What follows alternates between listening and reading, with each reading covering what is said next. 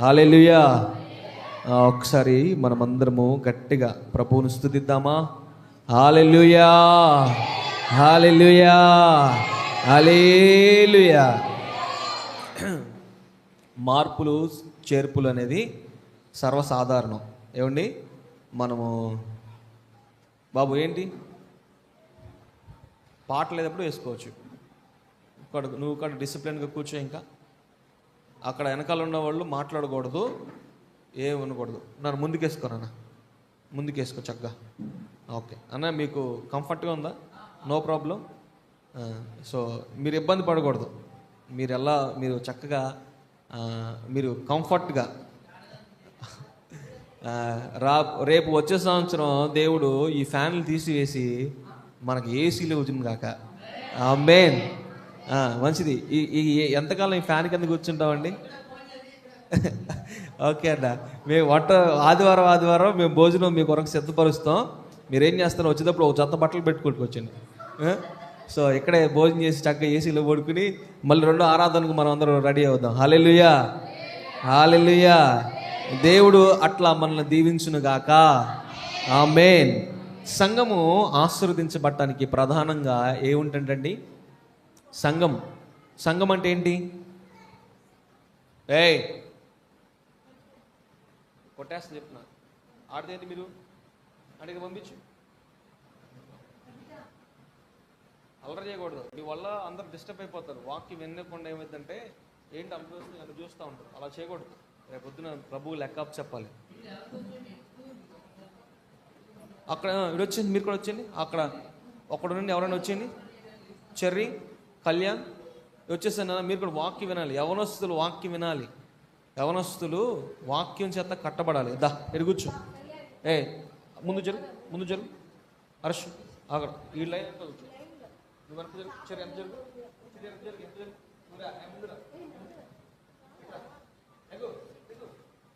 కూర్చో.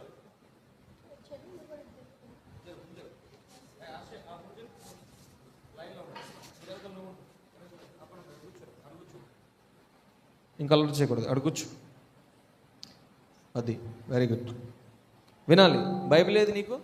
బైబిల్ కొనుక్కున్నావుగా? ఏమ్మా అన్నమ్మ గారు బైబిల్ కొనలేదా కళ్యాణ్కి? ఏనన్నా బైబిల్ తెచ్చుకోవటానికి నీకు? యుద్ధానికి వెళ్ళేటప్పుడు కట్టుగా ఉండాలి. సో మనము యుద్ధానికి వచ్చాం. ఎవరితో యుద్ధం? మనుషులతో కాదు. ఏంటండి? దురాత్మ సమూహంతో మనము ప్రతిరోజు యుద్ధం చేయాలి. సో యుద్ధం చేయాలంటే మనకేముండాలి? ఖడ్గం ఉండాలి. ఆ ఖడ్గం ఏంటంటే ఆత్మ సంబంధమైన ఖడ్గము, పరిశుద్ధాత్మ వాక్యము. సో ఈ బైబిల్ మనం చేతపెట్టు రావాలి. మనము నామోసీగా ఫీల్ కూడా బైబిల్ పట్టుకెళ్ళటం ఏంటి అని నామోసీగా ఫీల్ అవ్వకూడదు. అసలు బైబిల్ పట్టుకోవడం అనేది ఎంత గొప్ప ధన్యత తెలుసా అండి. అది మనం మాటల్లో వివరించలేము. సో నేను తరువు చేయకుండా దేవుని యొక్క వాక్యంలోకి వెళ్ళిపోతున్నాను. సమయము 10:40 కావస్తుంది. నేను ఒక అరగంట వాక్యం చెప్పి మనము ఈ యొక్క ప్రార్థన ముగించుకుందాం. సమయపాలన చాలా అవసరము. సంఘము ఆశీర్వదించబడటానికి ప్రధానంగా ఏం కావాలి? పరిశుద్ధత కావాలి. ద సేమ్ టైం పంచువాలిటీ కావాలి. ఏం కావాలంటండి? సంఘము ఆశీర్వదించబడటానికి ప్రధానంగా కావలసింది ఏంటంటే పరిశుద్ధత. ప్రతి ఒక్క మనిషిలో ఉండవలసింది ఏంటంటే పరిశుద్ధత. ద సేమ్ టైం పంచువాలిటీ అంటే టైం టు టైం, కరెక్ట్గా క్రమం. ఈ సమయంలో ప్రార్థన పెడతానంటే ఈ సమయంలో నేను దేవుని మందిరంలో ఉండాలి. అలా లేకపోతే నువ్వు ఎలా ఆశీర్వదించబడతావు? ఏమండి, నీవు సమయానుసారంగా నడుచుకోకుండా ఏదో నామకే వాస్తుగా నేను దేవుని మందిరానికి వెళ్తానంటే నువ్వు 100 సంవత్సరాలు కాదు 150 సంవత్సరాలు బ్రతికి నువ్వు అలాగే దేవుని మందిరంలో నువ్వు ఉన్నా నీవు ఆశీర్వదించబడవు. నీకేముండాలంటే ఆశ ఉండాలి. ఏంటి ఆశ? దుప్పి. మనం జ్ఞాపకం చేసుకుంటే దుప్పి నీటి వాగుల కొరకు ఎలా అయితే తృష్ణ కొని ఉంటుందంట. తృష్ణ అంటే ఏంటి? ఇంకా దాదే హోప్, ఇక దాని మీద ఆశ పెట్టుకుంటుంది. సో దేవుని యొక్క వాక్యం కొరకు, దేవుని యొక్క సన్నిధి కొరకు, దేవుని యొక్క ప్రత్యక్షత కొరకు మనం ఏం చేయాలంటే ఆశ పెట్టుకోవాలి. ఆ ఆశ ఎప్పుడైతే ఉంటుందో ప్రభు ఏం చేస్తాడంటే ఆ ఆశను ఆయన తృప్తిపరుస్తాడు. హల్లెలూయా, హల్లెలూయా. ముందుకొచ్చే అప్పల ముందుకొచ్చేసి ఆడుకోవచ్చు, ఆడికెళ్ళిపో. అక్క వచ్చిన వాళ్ళందరినీ చిన్నపిల్లలని అటు పంపించేసి మిగతా వాళ్ళని అటు కూర్చోబెట్టు. ఇటు తిరుగు, లైన్లో కూర్చో. అది ఏమండి ఒక గంటలో మనం ముగించేసుకుందాం. దయచేసి మీరు ఎవరు అలాగా సోలిపోయినట్లుగా లేకపోతే వెన్నుపూసలు ఎన్నోళ్ళుగా ఉండకుండా చక్కగా మందిరంలో చక్కగా క్రమంగా కూర్చోండి. ప్రభువు మీ యొక్క స్థితిగతులన్నింటినీ సరిచేయబోతున్నాడు. హల్లెలూయా. ఈ యొక్క మార్పును బట్టి మనం ప్రభువునే స్తుతించాలి. అర్థమవుతుందండి? ఇక్కడ నేను కాదు, అమ్మగారు కాదు, లల్లమ్మ గారు కాదు, కానీ దేవుడే, పరిశుద్ధాత్మ దేవుడే మనల్ని ఏం చేస్తున్నాడంటే క్రమపరుచుకుంటూ వస్తున్నాడు.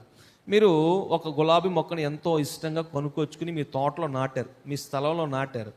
ఆ గులాబీ మొక్క ఎదగాలంటే, మంచిగా పూలు పూయాలంటే, అది అందంగా ఆహ్లాదకరంగా మారాలంటే, మనల్ని సంతోషపరచాలంటే దానికి వస్తున్న చిల్లలను మనం ఏం చేయాలంటే కట్ చేయాలి. అంతే కదండి?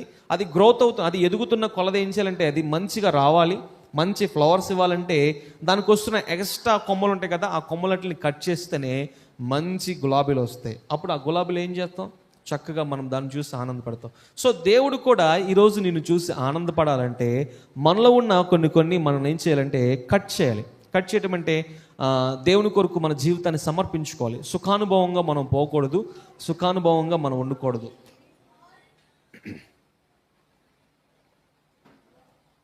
హల్లెలూయా, స్తోత్రం. మంచిది, మనము వాక్యంలోకి వెళ్ళిపోదామండి. చూడండి, పరిశుద్ధ గ్రంథమైన బైబిల్లో నుంచి మత్తయి సువార్త 4వ అధ్యాయము. ఎవరైనా మైక్లో చదవండి. మత్తయి సువార్త 4వ అధ్యాయము 17వ వచనం. అప్పటి నుండి యేసు, ఒక్క నిమిషం అందరిని తీయనమ్మా. పరిశుద్ధ గ్రంథమైన బైబిల్ న్యూ టెస్టిమెంట్లో పేజీ నెంబరు 4-5 కొత్త నిబంధన. మత్తయి సువార్త 4వ అధ్యాయము 17వ చరణం, 17వ వాక్యం చదువమ్మా. అప్పటి నుండి యేసు పరలోక రాజ్యము సమీపించుతుంది గనుక మారు మనసు పొందుడని చెప్పుచు ప్రకటింప మొదలు పెట్టెను. హల్లెలూయా. ప్రార్థన చేసుకుని వాక్యంలోకి వెళ్ళిపోతాం. పరిశుద్ధుడా, ప్రేమ గల తండ్రి, దయగలిగిన దేవా, నీకు స్తోత్రాలు, నీకు వందనాలు ప్రభా. అయా, ఇదిగో తండ్రి, ఈ పునరుద్ధానపు ఆరాధన వేళ ఇదిగో చేరి వచ్చిన నీ బిడ్డలను ప్రభా మీరు జ్ఞాపకం చేసుకోండి. వారికి ఏ వర్తమానము కావాలో, ఏ మాటలు వారిని బలపరుస్తాయో, ఏ మాటలు వారిని స్థిరపరుస్తాయో అట్టి మాటలు ప్రభా వారి హృదయంలో మీరు దాయమని ప్రార్థన చేస్తున్నాం ప్రభా. ఇదిగో ఇక్కడ నిలబడి మాట్లాడుతున్న వాడిని, అల్పుడును అయోగ్యుడును ఏమాత్రం యోగ్యత లేని వాడిని ప్రభా నీ సిలువు చాటు నన్ను మరుగుపరచండి. నేను మాట్లాడితే ఎవరు వినరు, కానీ ప్రభా మీరే నాలో ఉండి వీరితో మాట్లాడమని ప్రార్థన చేస్తున్నాను ప్రభా. ఈ రోజున నీకు సహాయం కొరకు నేను వేడుకుంటున్నాను ప్రభా. ఇగో నీ పాదములు పట్టుకు నేను అడుగుచున్నాను ప్రభా, ఈరోజు నాకు సహాయం చేయండి. నేను మాట్లాడుతుండగా ప్రభా ఈ మాటకు మీరు శక్తిని కలిగించేయండి. ఈ మాట వ్యర్థంగా పోకుండా వారి హృదయంలోనైనా మీరు దాన్ని స్థిరపరచమని ప్రార్థన చేస్తున్నాం ప్రభా. ఆయా వాక్య ధ్యానంలోకి వెళ్ళబోతుండగా వినగలిగిన చెవులు, గ్రహించుకునే హృదయాన్ని ప్రభా మీరు మాకు కలుగు చేయమని ప్రార్థన చేస్తున్నాం ప్రభా. అయా ఇదిగో వాక్యము చేత మేము బలపరచబడి, వాక్యము చేత మేము స్థిరపరచబడి, వాక్యము చేత ప్రభా ఇదిగో నీ రాజ్యాన్ని వెతికేవారుగా అట్టి కృపను మీరు మాకు దయచేయమని ప్రార్థన చేస్తున్నాం. ఈ సంఘానికి అధిపతివి అయా, ఈ సంఘానికి నాయకుడవు, ఈ సంఘాన్ని నడిపించే పరిశుద్ధాత్మ దేవుడవు నీవే గనుక ప్రభా ఈ సంఘము ద్వారా, ఈ సంఘములో ఉన్న కుటుంబాల ద్వారా, కుటుంబంలో ఉన్న వ్యక్తుల ద్వారా ప్రభా మీరే మహిమపరుచుకోమని ప్రార్థన చేస్తూ నా ప్రభును ప్రియరక్షకుడైన యేసు క్రీస్తు శ్రేష్టమైన నామంలో ఈ ప్రార్థన అడిగి వేడుకుంటున్నాం తండ్రి, ఆమేన్. హల్లెలూయా. మంచిది ప్రియ దేవుని బిడ్డలారా, ఒక విషయం ఏంటంటే సాతాను మన పక్కనే చేరి చెప్తా ఉంటాడు.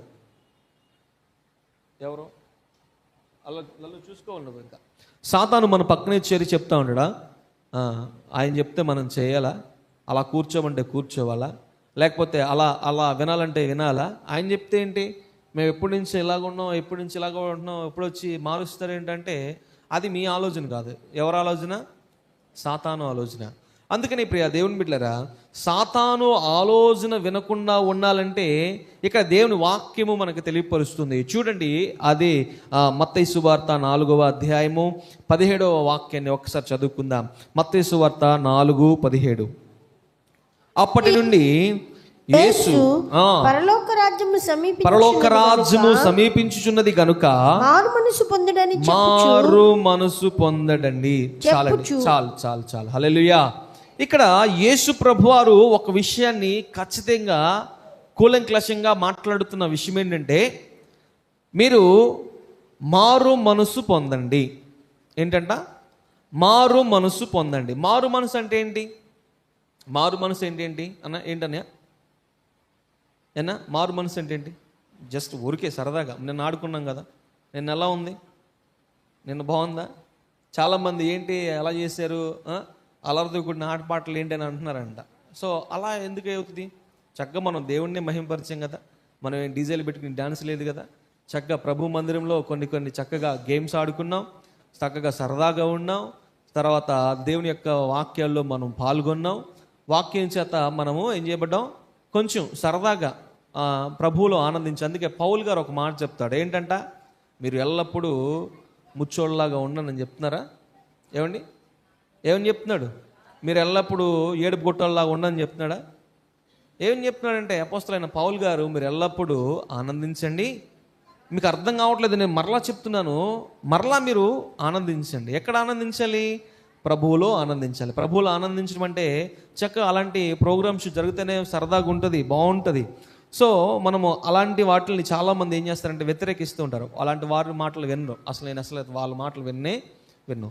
కానీ ఇప్పుడు ఆ దేవుని బిడ్డలారా, ప్రభువుని ఆరాధించే విషయంలో, ప్రభువుని స్తుతించే విషయంలో నీవేమాత్రము సందేహం లేకుండా ప్రభువుని ఆరాధించాలి. హల్లెలూయా.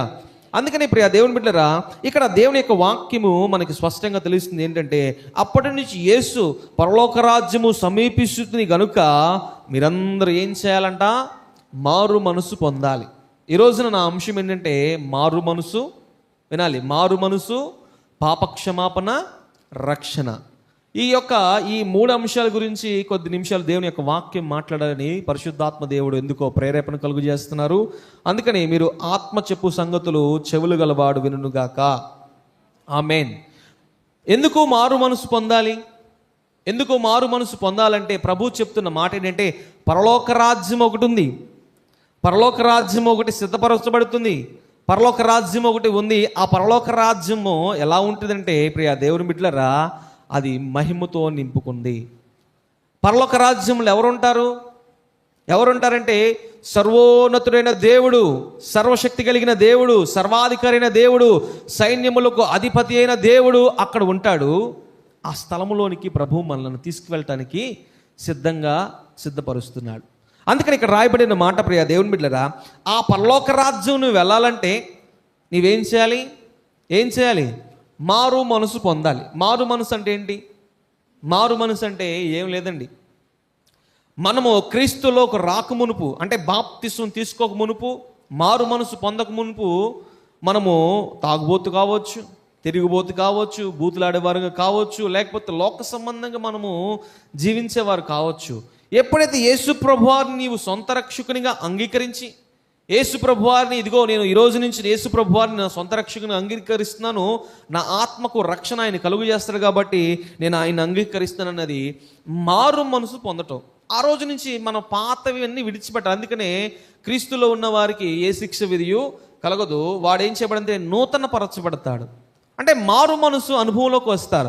ఈ రోజున ప్రియ దేవుని బిడ్డలారా, పరలోక రాజ్యము సమీపిస్తుంది, పరలోక రాజ్యం ఉంటుంది, పరలోక రాజ్యం అని యేసు ప్రభువారు పదే ఆయన జీవించిన సంవత్సరంలో 33.5 సంవత్సరాలు సువార్తను ప్రకటిస్తూ ప్రతిరోజు చెప్తున్న మాట ఏంటంటే, ఆయనకి కానీ ఆయన శిష్యులకు కానీ లేకపోతే ఉన్న ప్రజలకు కానీ చెప్తున్న మాట ఏంటంటే, పరలోక రాజ్యము సమీపిస్తుంది, పరలోక రాజ్యము సమీపిస్తుంది, పరలోక రాజ్యం వస్తుంది. పరలోక రాజ్యం కొరకు నీవు సిద్ధంగా ఉండాలి, నీవు మారు మనసు పొందాలి. అంటే మారు మనసు పొందకపోతే పరలోక రాజ్యం లేదా అంటే ఖచ్చితంగా లేదు.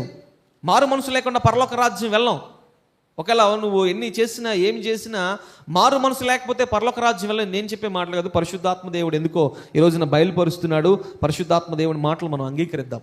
సో ప్రియ దేవుని బిడ్డలారా, ఇక్కడ అంటున్నాడు కదా, మారు మనసు పొందాలి, పరలోక రాజ్యాన్ని వెళ్ళాలంటే నీకు అర్థమయ్యే రీతిలో చెప్పాలంటే, మిమ్మల్ని అందరినీ ఒక ఆయన వచ్చాడండి, హ్యాండ్స్ బోత్ అనే దొరొచ్చి మిమ్మల్ని అందరినీ నేను అమెరికా తీసుకువెళ్తానంటే మనల్ని వెళ్ళగానే ఫ్లైట్ ఎక్కించి అమెరికా తీసుకెళ్ళిపోతారా? తీసుకువెళ్ళరు. ఏం చేస్తారు? మనకు ఒక పాస్పోర్ట్ కావాలి, పాస్పోర్ట్ తర్వాత వీసా కావాలి, వీసా తర్వాత ఎయిర్పోర్ట్లో ఇమిగ్రేషన్ ఉంటుంది. నువ్వు ఇండియనా, నీకు అసలు అర్హత ఉందా ఈ ఫ్లైట్ ఎక్కడానికి, లేకపోతే అమెరికా వెళ్ళడానికి నీ యోగ్యుడేనా అసలు నీకేంటి క్వాలిటీస్ అనేది అక్కడ మనం చెక్ చేస్తారు. అంతేగాని మనం రావటమే మనం ఫ్లైట్ ఎక్కి అమెరికా వెళ్ళిపోం. సో ఆత్మీయ జీవితంలో కూడా నీవు పరలోక రాజ్యాన్ని స్వతంత్రించుకోవాలంటే, పరలోక రాజ్యానికి నీవు వారసురాలుగా మార్చబడాలంటే నీకంటూ ఒక ఇమిగ్రేషన్ ఉంది ఈ భూలోకంలో. అదేంటి? మారు మనసు అని మనము చేపట్టాలి. మారు మనసును మనం ఏం చేయాలంటే సంపాదించుకోవాలి. మారు మనసు ఎలా వస్తుంది, అసలు పరలోక రాజ్యం ఎలా ఉంటుంది చూడండి. ప్రకటన 21:4 అక్కడ పరలోక రాజ్యంలో ఏముంటుంది, అసలుకి పరలోక రాజ్యం ఎలా ఉంటుంది, పరలోక రాజ్యంలో అక్కడ ఏమేమి ఉంటాయి, అసలు పరలోక రాజ్యం అంటే ఏంటి ఒకసారి మనం జ్ఞాపకం చేసుకుందాం. కన్నుల ప్రతి బాష్ప బిందువును తుడిచివేయును. చూడండి ప్రకటన గ్రంథము 21వ అధ్యాయము 4వ వాక్యం. చదువమ్మా. ఆయన వారి కన్నుల ప్రతి బాష్ప బిందువును తుడిచివేయును. మరణము ఇంకా ఉండదు. మరణము అక్కడ ఉండదు. దుఃఖమైనను ఏడ్పైనను వేదనైనను ఇక ఉండదు. మొదటి సంగతులు గతించిపోయినని సింహాసనములలో నుండి వచ్చిన ఒక గొప్ప స్వరము వినబడింది. హల్లెలూయా, హల్లెలూయా. పరలోక రాజ్యం ఎలా ఉంటుందంటే ప్రియా దేవుని బిడ్డలారా, యేసు ప్రభువారు పదే చెప్తున్నాడు కదా, ఈ భూమి మీద ఆయన జీవించిన 33 సంవత్సరాలు చెప్తున్న మాట ఏంటంటే, పరలోక రాజ్యము సమీపిస్తుంది కనుక మీరు సిద్ధపడండి, మీరు మారు మనసు పొందండి. ఎందుకు పరలోక రాజ్యం వెళ్ళాలంటే, పరలోక రాజ్యం ఈ భూమి మీద ఉన్నట్టుగా ఉండదు. ఎలా ఉంటుందంటండి, ఈ భూమి ఎలా అయితే ఉంటుందో అలా ఉండదు. పూర్తిగా భిన్నంగా, పూర్తిగా డిఫరెంట్. పరలోక రాజ్యంలో అంట అక్కడ ఏముండదంటండి, దుఃఖం ఉండదంట, కన్నీరు ఉండదంట, ఏడుపు ఉండదంట, వ్యాధి బాధలు ఉండవంట. అక్కడ మరి ఏముంటుంది, అక్కడ ఏముంటుందంటే నిత్య ఆనందం ఉంటుంది, నిత్య సంతోషం ఉంటుంది, నిత్యము యుగయుగాలు ప్రభువుతో మనము ఆనందించే గొప్ప ధన్యత మనకు అక్కడ కలుగుతుంది. హల్లెలూయా, హల్లెలూయా. అందుకని ప్రియ దేవుని బిడ్డలారా, పరలోక రాజ్యము మనం స్వతంత్రించుకోవడానికి మనం ఏం చేయాలంటే మారు మనసు పొందాలి.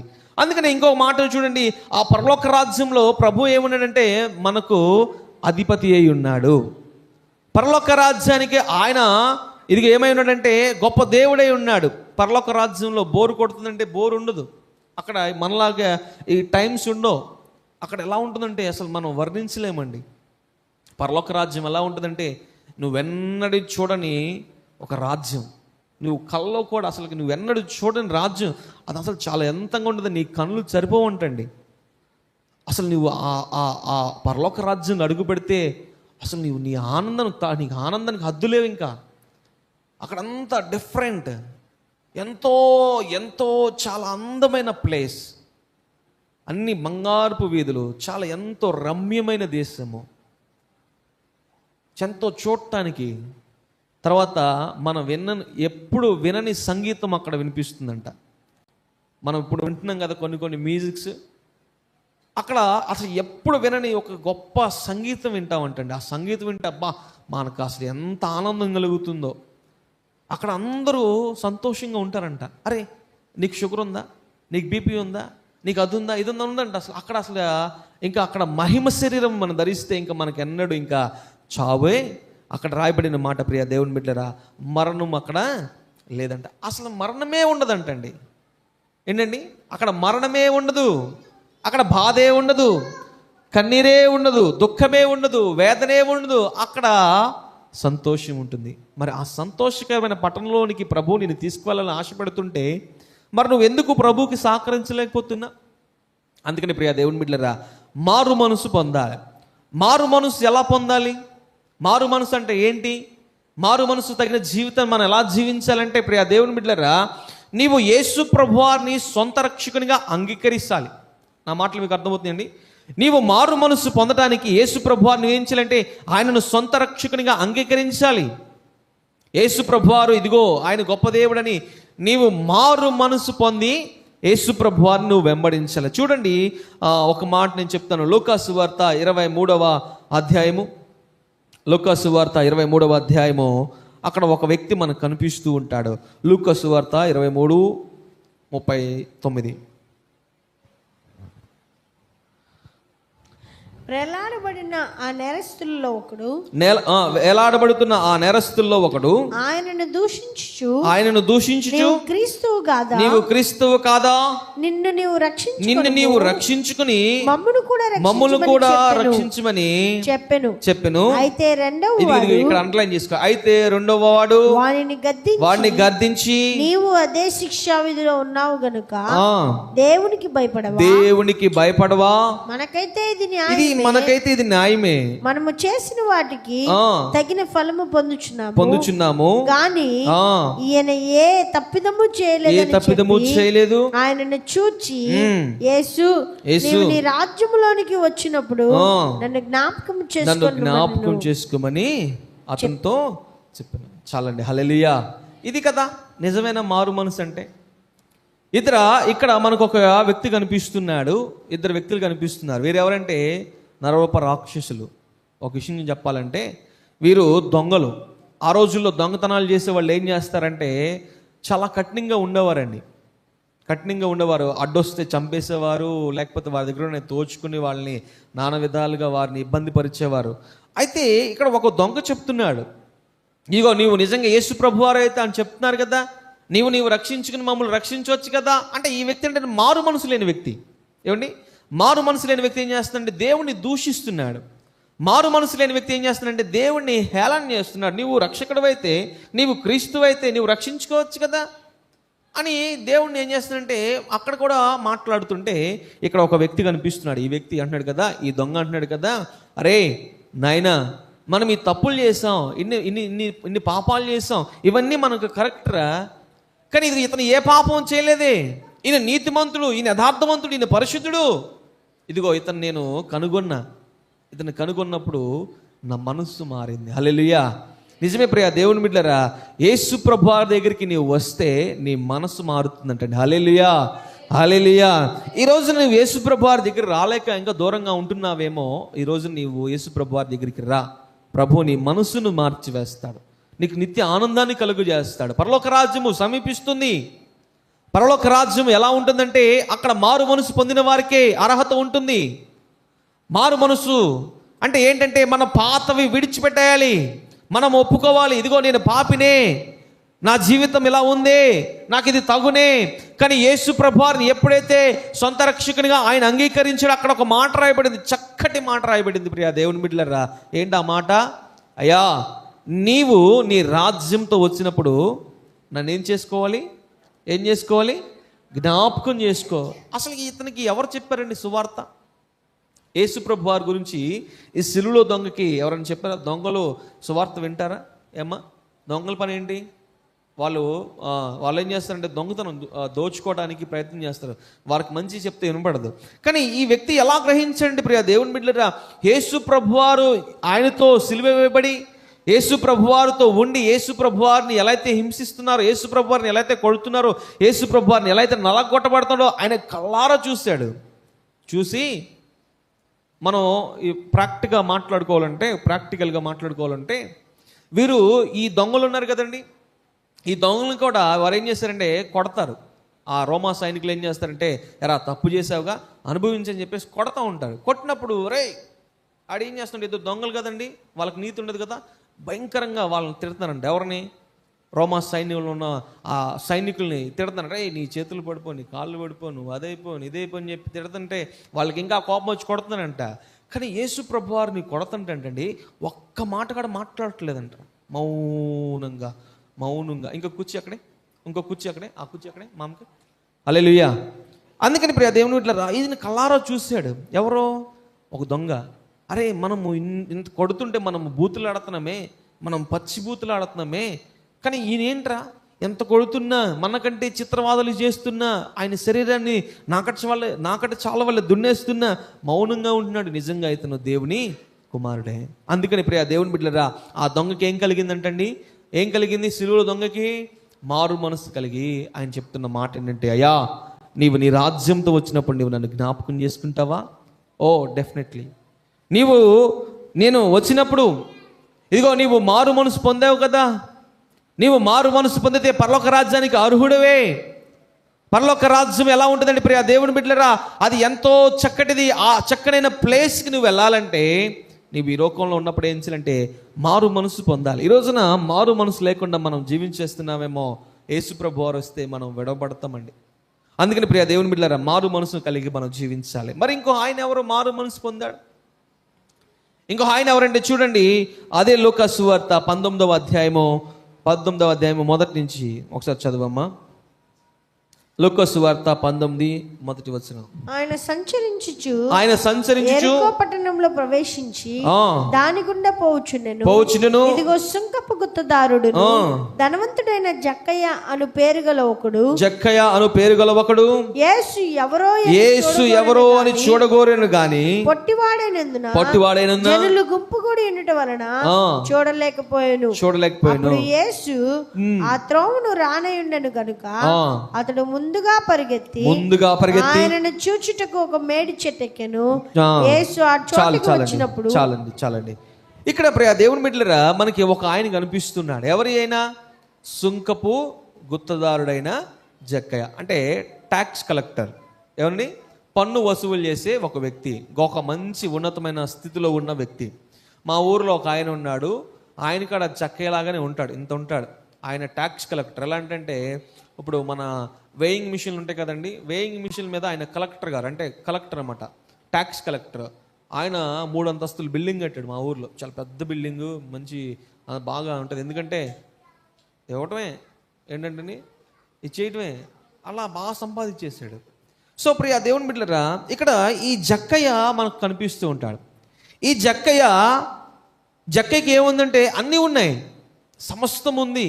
మంచి గవర్నమెంట్ ఉద్యోగం ఉంది, చేతి నిండా డబ్బులు ఉన్నాయి, బంగారం ఉంది, సకల వసతులు ఉన్నాయి, చక్కటి విల్లా ఉంది, మంచి డూప్లెక్స్ బిల్డింగ్ ఉంది, మంచి 6-8 పెద్ద మంచం ఉంది. ఆ మంచం మీద 8 అడుగుల పరుపు ఉంది, మెత్తగా ఉంటుంది ఆ పరుపు. కానీ జక్కయ్యకి ఏం లేదంటండి, సమాధానము లేదు. వినాలి, సమాధానం లేదు. అప్పుడు జక్కయ్య అతను ఏంటంటే యేసు ప్రభువారంట. ఎవరు యేసు ప్రభువారు అని ఆయన? ఎవరో యేసు ప్రభువారి గురించి కథలుగా చెప్తున్నారు. ఆయన ఎవరు? యేసు ప్రభువారు ఎలా ఉంటాడు? యేసు ప్రభువారి దగ్గరికి వెళ్తే నెమ్మది వస్తుందంట, యేసు ప్రభువారి దగ్గరికి వస్తే స్వస్థత వస్తుందంట, యేసు ప్రభువారి దగ్గరికి వెళ్తే బాగు చేస్తున్నాడంట, యేసు ప్రభువారు అనేక అద్భుతాలు చేస్తాడంట. అసలు ఈయనెవరు? ఈయన చూడాలి అని ఒకరిని పిలిచాడు. రే ఇదిగో పలానా ఏసీ వస్తున్నాడు కదా, ఆ ఏసీ దగ్గరికి వెళ్ళి అపాయింట్మెంట్ తీసుకో. ఇదిగో నేను ఒక ట్యాక్స్ కలెక్టర్గా చెప్తున్నా వెళ్ళంటే, ఓ నాయన నువ్వు ట్యాక్స్ కలెక్టర్ అయితే ఏంటి, ప్రధానమంత్రి అయితే ఏంటి, యేసు ప్రభువును వెంబరించేవాడు ఎంతమంది ఉన్నారో తెలుసా? కొన్ని వేల మంది ప్రజలు ఉన్నారు. ఆయన్ని చూడటం అంటే అసాధ్యం. అప్పుడు జక్కయ్యకి ఇంకా ఆశ బలమయ్యి, ఈరోజున ఎట్లయినా సరే నేను యేసయ్యని చూడాలి. ఏమిటండి? ఈరోజు ఎట్లయినా సరే నేను యేసు ప్రభువారిని చూడాలి.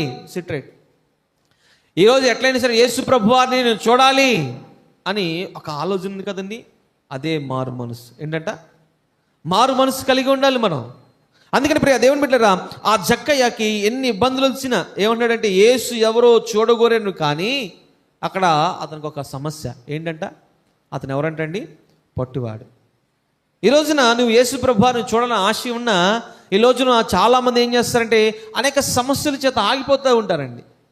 ఈ రోజున ఆర్థికమైన పరిస్థితి కావచ్చు, అనారోగ్యాలు కావచ్చు, ఇబ్బందులే కావచ్చు, లేకపోతే ఇరుకులే కావచ్చు. వీళ్ళు ఏం చేస్తారంటే చిన్న వాటిని ఏం చేస్తారంటే ప్రభువును వెతకటం, ప్రభువును చూడటం వారు ఏం చేస్తారంటే ఆపివేసుకుంటారు. కానీ ఈ రోజున ఎన్ని ఆటంకాలు వచ్చినా, ఎన్ని అవరోధాలు వచ్చినా నువ్వు ఎలా ఉండాలంటే, ఈగో యేసు ప్రభువారు ఈరోజు నేను కనుగొనాలి, యేసు ప్రభువారు ఈరోజు నేను చూడాలి అని అటువంటి ఆలోచన కలిగి ఉంటే ప్రియ దేవుని బిడ్డలారా, అదే మారు మనసు. అందుకని ఇక్కడ రాయబడిన మాట ప్రియ దేవుని బిడ్డలారా, అతను యేసు ప్రభువారు ఎవరో చూడగోరెను కానీ పట్టివాడైనా. అక్కడ మళ్ళీ ఇంకో సమస్య వచ్చింది. ఏంటంట? జనులు ఎలా ఉన్నారంటండి? గుంపులుగా ఉన్నారంట. వచ్చారులే పెద్ద భక్తిపరుడు, బైబిల్ పట్టుకుని వెళ్తున్నారా అని ప్రజలు మనలను హేళన చేసిన వాటన్నిటిని నువ్వు పట్టించుకోకూడదు. నువ్వు దేవుని మందిరాన్ని వెతకాలి, దేవుని మందిరానికి రావాలి. అక్కడ ప్రియ దేవుని బిడ్డలారా, ఇక అక్కడ అన్నాడు కదా, అప్పుడు యేసు ప్రభువారు ఆ చోటకి రానై ఉన్నాడని కానీ గ్రహించి జక్కయ్య పరిగెత్తాడంటండి. పరిగెత్తి ఎక్కడ ఒక మేడి చెట్టు ఉంటే ఆ మేడి చెట్టు ఎక్కి యేసు ప్రభువారు ఎవరో అని ఆసక్తితో ఎదురు చూస్తున్నాడంట. ఈ రోజున మరి అటువంటి ఆసక్తి నీకుందా? అటువంటి ఆలోచన నీకుందా? యేసుప్రభు వారు ఎవరు ఎవరు ఎవరు అని కనుగొలనే ఆ తృష్ణ నీకుందా? ఈ రోజున అటువంటి ఆశ ఉంటే ఆ ఆశని ప్రభు ఏం చేస్తారంటే తృప్తిపరుస్తాడండి. హల్లెలూయా, హల్లెలూయా. అందుకని ప్రియ దేవుని బిడ్డలారా, ఇక్కడ ఈ జక్కయ్యకి ఏం కలిగిందంటే ఒక ఆశ కలిగింది. యేసు ప్రభు వారిని నేను చూడాలి, యేసు ప్రభు వారితో నేను మాట్లాడాలి, యేసు ప్రభు వారితో నేను ఉండాలి, యేసు ప్రభు వారిని నా ఇంట చేర్చుకోవాలి, యేసు ప్రభు వారి గురించి నేను విన్నాను, అది అసలు నిజమా కాదా నేను తెలుసుకోవాలి అని మేడి చెట్టు ఎక్కాడు. మేడి చెట్టు ఎక్కి యేసు ప్రభు వారిని చూస్తున్నాడు. కానీ అక్కడ ఎంతమంది ఉన్నారంటండి? జనులు గుంపులు గుంపులుగా గుంపులు గుంపులుగా గుంపులు గుంపులుగా ఉన్నాడు. మరి జక్కయ్యకి తెలుసా యేసు ప్రభు వారు ఎవరో? ఏమండి, ఆ రోజుల్లో మనలాగా కలర్ అంటే బట్టలు అంటే ఒకే విధంగా ఉన్నాయి. ఆ రోజుల్లో యేసు ప్రభు వారు జీవించిన కాలంలో అంతా అప్పుడు మనలాగా మిషన్లు ఉండే కాదు, అప్పుడు అంతా చేతి పనులు. కాబట్టి వారందరూ ఏం చేశారంటే వారంతటా వారే ఆ బట్టల్ని తయారు వేసుకునేవారు. అందరూ ఒకటే అంటే యూనిఫామ్లో ఉండేది. కానీ యేసు ప్రభు వారు ఎవరో? ఇంతమంది ప్రజల్లో యేసు ప్రభు వారిని ఎలా కనుగొనాలి? ఎలా కనుగొనాలంటే జక్కయ్య యొక్క ఆలోచన, జక్కయ్య యొక్క ఆశ యేసు ప్రభు వారు ఏంటంటే కనుగొన్నాడు. యేసు ప్రభు వారు ఎవరు? ఆయన మన హృదయ అంతరంగములు ఏంటండి, మన హృదయ అంతరంగములు ఆయన తేటగా చూడగలిగిన వాడు, పరిశీలన చేయగలిగిన వాడు, పరిశోధించగలిగిన వాడు. జక్కయ్య చెట్టెక్కాడు. అక్కడ ఎక్కిన తర్వాత యేసు ప్రభు వారిని చూడాలని జక్కయ్య ఆశతో కింద వైపు చూస్తుంటే జనులేమో గుంపులు గుంపులుగా గుంపులు గుంపులుగా గుంపులు గుంపులుగా యేసయ్యా మమ్మల్ని బాగు చేయి, యేసయ్యా మమ్మల్ని స్వస్థపరుచు, యేసయ్యా మా ఇంటికి రా, యేసయ్యా యేసయ్యా యేసయ్యా అని కేకలు వేస్తుంటే ఒక గొప్ప ఆశ్చర్యకరమైన విషయం ఏంటంటే ప్రియ దేవుని బిడ్డలారా, ఇక్కడ నీవు మనస్సు అనేది నా పాయింట్ ఏంటంటే, నీకు యేసు ప్రభువారిని చూడాలి అనే మనస్సు నీకుంటే నా యేసు ప్రభువారి నిన్ను చూస్తాడు. హల్లెలూయా.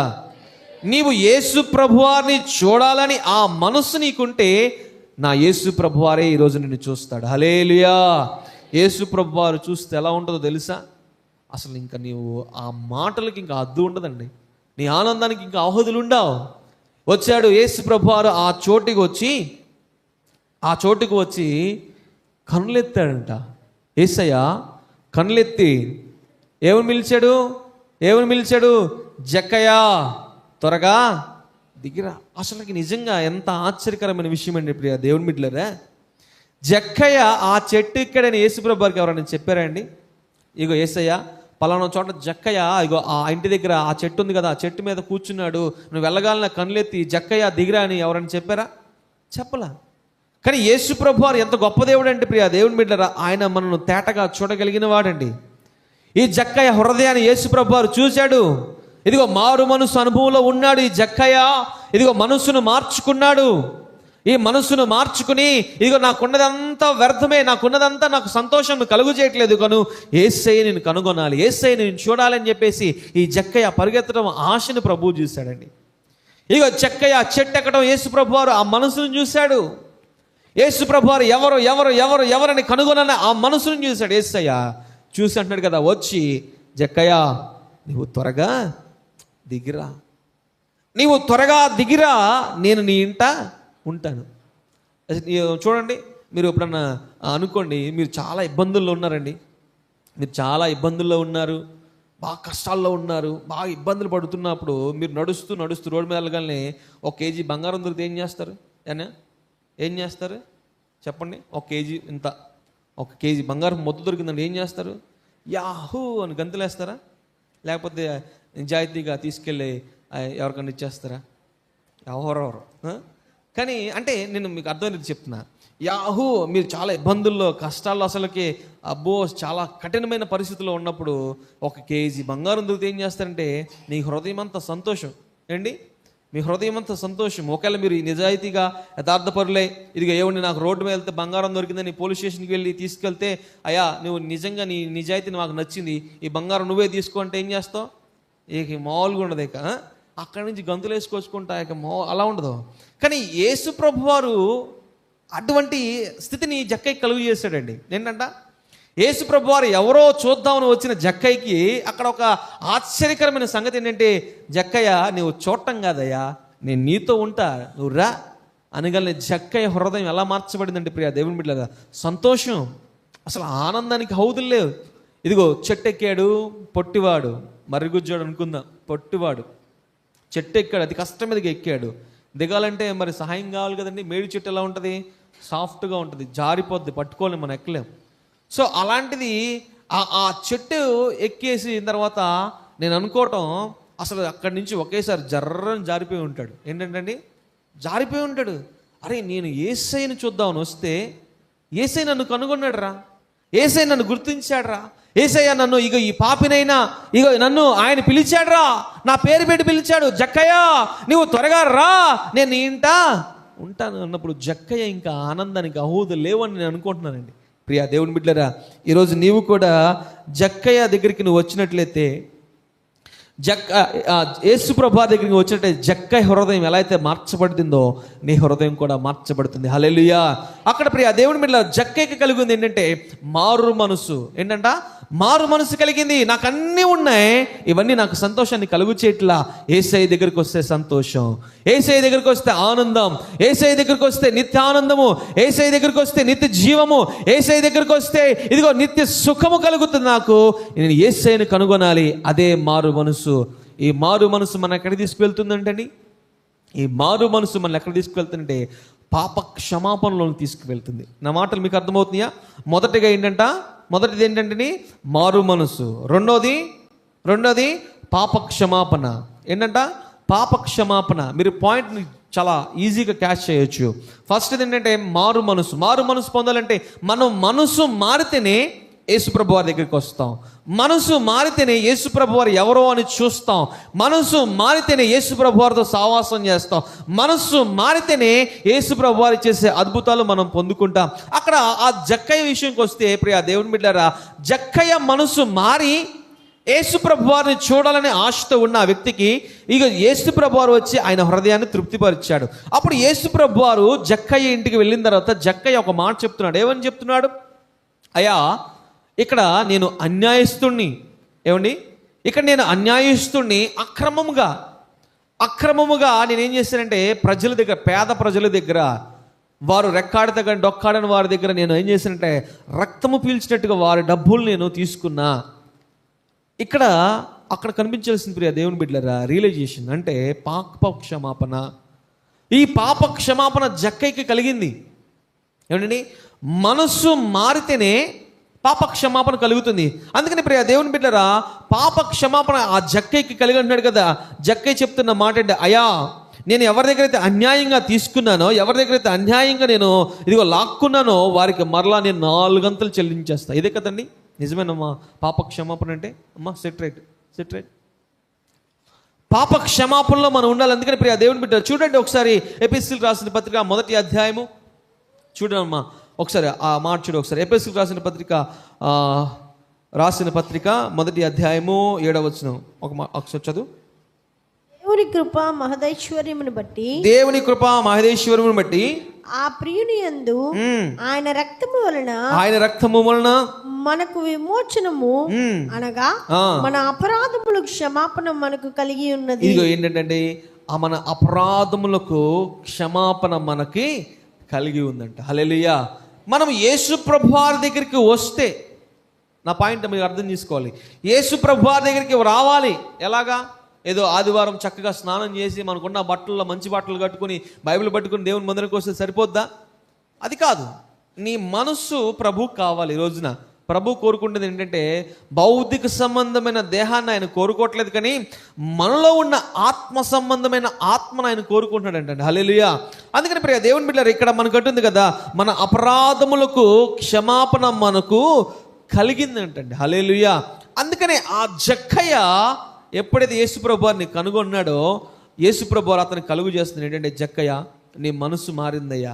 నీ మనసు మారడమే కాకుండా నీ అంతటా నీవు ఒప్పుకున్నావు, నీ అంతటా నీవు ఏం చేస్తున్నావు? ఒప్పుకున్నావు. ఏమని ఒప్పుకున్నావు? అయ్యా నేను అన్యాయస్తుడిని, నేను పాపిని, నేను అలాంటి వాడిని, నేను అదిగో అలా చేశాను ఇలా చేశానని చెప్పేసి అతను మాట్లాడుతున్నాడు. అందుకని ఇప్పుడు ఆ దేవుని బిడ్డలారా ఇంకొక మాట చూడండి. కొలసీలు రాసిన పత్రిక 1వ అధ్యాయము నేను ముగించేస్తాను, సమయం అయిపోవచ్చిందండి. కొలసీలు రాసిన పత్రిక 3వ అధ్యాయము 1వ అధ్యాయము 14వ వచనం. ఆ కుమారుని యందు మనకు విమోచనము అనగా పాప క్షమాపణ కలుగుచున్నది. పాప క్షమాపణ కలుగుచున్నది. ఎవరు ఆ కుమారుడు అంటే? ఎవరు? ప్రభు అయిన యేసుక్రీస్తే. నువ్వు యేసుక్రీస్తు దగ్గరకు వస్తే నీకేం కలుగుతుందండి? పాప క్షమాపణ కలుగుతుంది. యేసు ప్రభు వారి దగ్గరికి వస్తే నీవు ఏం చేయబడతావు? రక్షించబడతావు. యేసు ప్రభు వారి దగ్గరికి వస్తే నీవేం చేయబడతావు? నీ మనస్సు మారుతుంది. ఇంగ్లాండ్ అనే ఒక ప్రాంతంలో ఇప్పుడు ఒక గొప్ప దైవజనుడు, అంతకుముందు ఆయన ఎలాంటి వాడంటే ప్రియ దేవుని బిడ్డలారా, మారు మనసు లేని వ్యక్తి, పాపం చేయనిది ఆయనకి రోజు గడవదు. కానీ తన తల్లి మాత్రం ఎంతో ప్రార్థనా పర్రాలు. ఏమండి? తన తల్లి మాత్రం ఎంతో ప్రార్థనా పర్రాలు. ఇదిగో ఇతను మాత్రము పాపము చేయింది, జోదం ఆడంది, మద్యము సేవించినది, స్మోక్ చేయింది, రోజు గడవదు. మరి ముఖ్యంగా స్త్రీలతో లేనిదే అతనికి రోజు గడవదు. ప్రతిరోజు ఆయన దినచర్య అదే: లేవటం, స్నానం చేయటం, వెళ్ళిపోవటం, పాపములో మునిగి తేలటం. తల్లి మాత్రం కన్నీరు గారుస్తుంది. అయ్యా, ఇదిగో నాకున్న ఒక్కగాని ఒక కొడుకు నీవు రక్షించవా? ఇదిగో ఈ కొడుకు పాడైపోతున్నాడయ్యా, ఇదిగో ఈ కొడుకు నాశనం అయిపోతున్నాడయ్యా, జోతములు అంటున్నాడు, మద్యం అంటున్నాడు, ఇదిగో స్త్రీల వేషగృహాలకు వెళుతున్నాడు, వీడిని రక్షించవా అని కన్నీరు గారుస్తుంది ఈ తల్లి. కన్నీరు గారుస్తుంటే ఒకరోజు ఈ వ్యక్తి స్నానం చేశాడు, చక్కగా మంచి బట్టలు వేసుకున్నాడు, సెంటు కొట్టుకున్నాడు, వెళ్ళాడు. అక్కడ ఒక స్త్రీ దగ్గరికి వెళ్ళి ఆమెతో ఉంటున్నప్పుడు, ఆమెతో మాట్లాడుతున్నప్పుడు తన తల్లి చేసిన కన్నీటి ప్రార్థన అతన్ని హృదయం అంతా అకలవికలం చేస్తుంది. అరే, నా తల్లి ఎంతగా రోధిస్తుంది, నా తల్లి ఇంతగా కన్నీరు గారుస్తుంది, నా తల్లి ఇంతగా నా గురించి విలపిస్తుంది, రోధిస్తుంది, కన్నీరు గారుస్తుంది, మరి నేను ఇక్కడికి వచ్చి ఏం చేస్తానని తన హృదయంలో ప్రియ దేవుని బిడ్డలారా పాప క్షమాపణ ప్రారంభించబడింది. శక్తి, ప్రార్థనా శక్తి ప్రియ దేవుని బిడ్డలారా ఈ రోజున మనల్ని ఏం చేస్తుందంటే మనల్ని పాపులుగా అది ఉంచకుండా పవిత్రులుగా మనల్ని మారుస్తుంది. ఆ వ్యక్తి ఏం చేస్తుందంటే పాపం చేద్దామని వెళ్ళిన వ్యక్తి తన తల్లి చేసిన ప్రార్థన అతనికి జ్ఞాపకం వస్తుంది. అక్కడ అతని హృదయం గర్దిస్తుంది, రే నువ్వు చేస్తుంది తప్పు చేయొద్దు, నువ్వు చేస్తుంది అన్యాయము చేయొద్దు, నువ్వు మాట్లాడుతుంది తప్పు చేయొద్దు అని గర్దిస్తుంటే అతను అక్కడ ఉండలేకపోయాడంటండి. ఉండలేక గబగబగా ఇంటికి వచ్చేసేసాడు. ఇంటికి వస్తే తన తల్లి ఏం చేస్తుందంటే నిలువు మోకాళ్ళ మీద చేతులు ఎత్తి కన్నీరు కారుస్తుందంట. అయ్యా, ఒక్కగానొక్క కొడుకయ్యా, వాడు నశించిపోతున్నాడయ్యా, ఇదిగో వాడు అలా వెళ్ళిపోతున్నాడయ్యా, వాడు పాపంలో బ్రతికేస్తున్నాడయ్యా, వాడు పాపంలో ఉండి చచ్చిపోతే ఇదిగో నిత్య నరకానికి వెళ్ళిపోతాడు కదా, అలా వెళ్ళడం నాకు ఇష్టం లేదయ్యా, వాడి గురించి నేను కన్నీరు గారుస్తున్నాను ప్రభువా, వాడిని నువ్వు పట్టుకోవా అని కన్నీరు గారిస్తే ఆ కన్నీటి ప్రార్థన ఆ వ్యక్తిని దర్శించి అతను వచ్చి ఇంటికి వచ్చి అంటున్నాడు, అమ్మా ఈ రోజున నేను పాపం చేద్దాను వెళ్ళా, కానీ నేను మనశ్శాంతిగా ఉండలేకపోయా. అక్కడ నేను ఉన్నాం, ఎంజాయ్ చేద్దాం, సరదాగా చక్కగా ఆనందంగా ఉందామని వెళ్ళా, కానీ నా వల్ల కాల. ఈరోజు నుంచి నా రోత జీవితాన్ని విడిచిపెట్టేస్తా, ఈ పాప జీవితాన్ని విడిచిపెట్టేస్తా. మరి ఈ రోజున నాదొక ప్రశ్న, నీ బిడ్డల గురించి నువ్వు ఒక్కరోజున కన్నీరు గార్చి ప్రార్థన చేసావా? నీ బిడ్డల గురించి నువ్వు ఒక్కరోజైనా విలపించావా దేవుని సన్నిధిలో? నీ బిడ్డల గురించి నువ్వు ఒక్కరోజైనా దేవునికి విజ్ఞాపన చేసావయ్యా, వాడు పాడైపోతున్నాడే, వాడు నశించేస్తున్నాడు, నరకానికి వెళ్ళిపోవడానికి సిద్ధంగా ఉన్నాడే, వాడిని నువ్వు రక్షించవా అని ఒక్కరోజైనా నువ్వు ప్రార్థన చేసావా? రేపొద్దున ప్రభు నిన్ను అడుగుతాడు. నువ్వు అనుకోవచ్చు, లేదు, నువ్వు పుట్టిన కాడి నుంచి నువ్వు చచ్చిపోయేంత వరకు ప్రభు దగ్గర ఒక లిస్ట్ ఉంటుంది. ఆ లిస్ట్లో ఇలా ఒక లిస్ట్ ఉంటుంది. ఇలా లిస్ట్లో నువ్వు చేసినవన్నీ ప్రభు రాసి రేపొద్దున ఆయన ధవళ సింహాసనం మీద కూర్చుని నీవు ఆయన ముందు నిలబడి అప్పుడు పలానా కిరణ్ ఏం చేసావు, నువ్వు పలానా కాలంలో జీవించిన సంవత్సరాలు నువ్వేం చేసావు, నీతిగా నడుచుకున్నావా, యథార్థంగా ఉన్నావా, భక్తిగా ఉన్నావా, ఆత్మీయంగా ఉన్నావా, పరిశుద్ధత ఉన్నావా, లేకపోతే ఏదో నామకార్థంగా నీవు ఉన్నావా అంటే నేను చెప్తా, అబ్బా నాకేంటయ్యా, నేను మంచిగా యథార్థంగా పరిశుద్ధంగా చక్కగా ఉన్నానే. అప్పుడంటే నోర్మే రాస్కెల్, నువ్వు చేసింది నేను ఇక్కడ రాసా, ఇదిగో చూడు. అప్పుడు ఒక డిస్ప్లే కనిపిస్తుంది, ఇక్కడ పెద్ద ఎల్ఈడీలు వేస్తాడు యేసు ప్రభు వారు. ఇదిగో నువ్వు పలానా రోజు పలానా చోట నువ్వు అది చేసావు కదా, ఇదిగో చూడు. ఏంటి అంటే అక్కడికి మాటలు ఉండవు ఇంకా.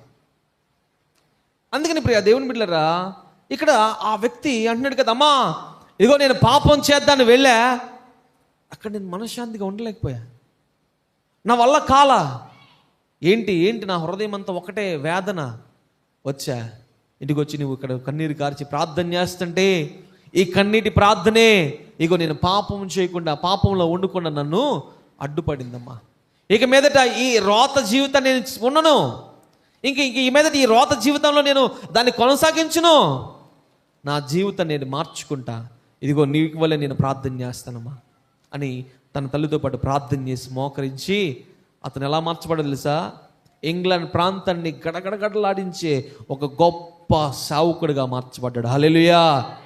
అతను మార్చబడి ఒకరోజు అంటండి, ఆ ఇంగ్లాండ్ ప్రాంతంలో ఒకరోజు ఒక మీటింగ్ పెట్టి సువార్తను ప్రకటిస్తుంటే వేల మంది ప్రజలు ఉన్నారంటండి, వేల మంది ప్రజలు రక్షిస్తున్నాడు. ఇదిగో నేను అంతకుముందు భయంకరమైన వ్యక్తిని, ఇదిగో నేను ఇలాగా అని సువార్తను ప్రకటిస్తుంటే చాలా మంది మారు మనసు పొంది, చాలా మంది వారి హృదయాల్లో ఇదిగో పాప క్షమాపణ కలిగి, ఇదిగో వారు చేసినవన్నీ ఒప్పుకొని దేవునికి చేరువవుతూ ఉంటే ఆ సభ అంతా అయిపోయింది. చాలా మంది చాలా వాక్యాలు విన్నారు, చక్కగా వాక్యం విన్నారు, వారందరూ మారు మనసు పొందిన తర్వాత వెనకాల ఒక స్త్రీ ఉందంటండి. ఆ స్త్రీ నేరుగా అతనున్న ఆ స్టేజ్ దగ్గరికి వచ్చి, ఓయ్ ఐ యామ్ షీ, నేను గుర్తున్నానా ఏంటన్నాడు? ఆమె వచ్చి అంటుంది కదా, ఆగస్టిన్ ఐ యామ్ షీ, నేను గుర్తున్నానా నీకు? నువ్వు ఆయన ఒక చక్కటి ఆన్సర్ ఇచ్చాడు. ఏంటంటే, నీవు ఆమెవైతే అయ్యుండొచ్చు, నేను అతన్ని కాదు. అసలు ఇది ఎంత గొప్ప సాక్ష్యమో కదండి. నీవు ఆమె అయ్యుండొచ్చేమో, కానీ నేను అతన్ని కాదు, నేను మారా, నేను ప్రభులో మారు మనసు పొందా, ఇదిగో నాకు పాప క్షమాపణ దొరికింది, నాకు రక్షణ దొరికింది, నేను అంతకుముందు భయంకరమైన వ్యక్తినే, కానీ ఇప్పుడు యేసు ప్రభు వారిలో నాకు పాప క్షమాపణ దొరికింది. హల్లెలూయా.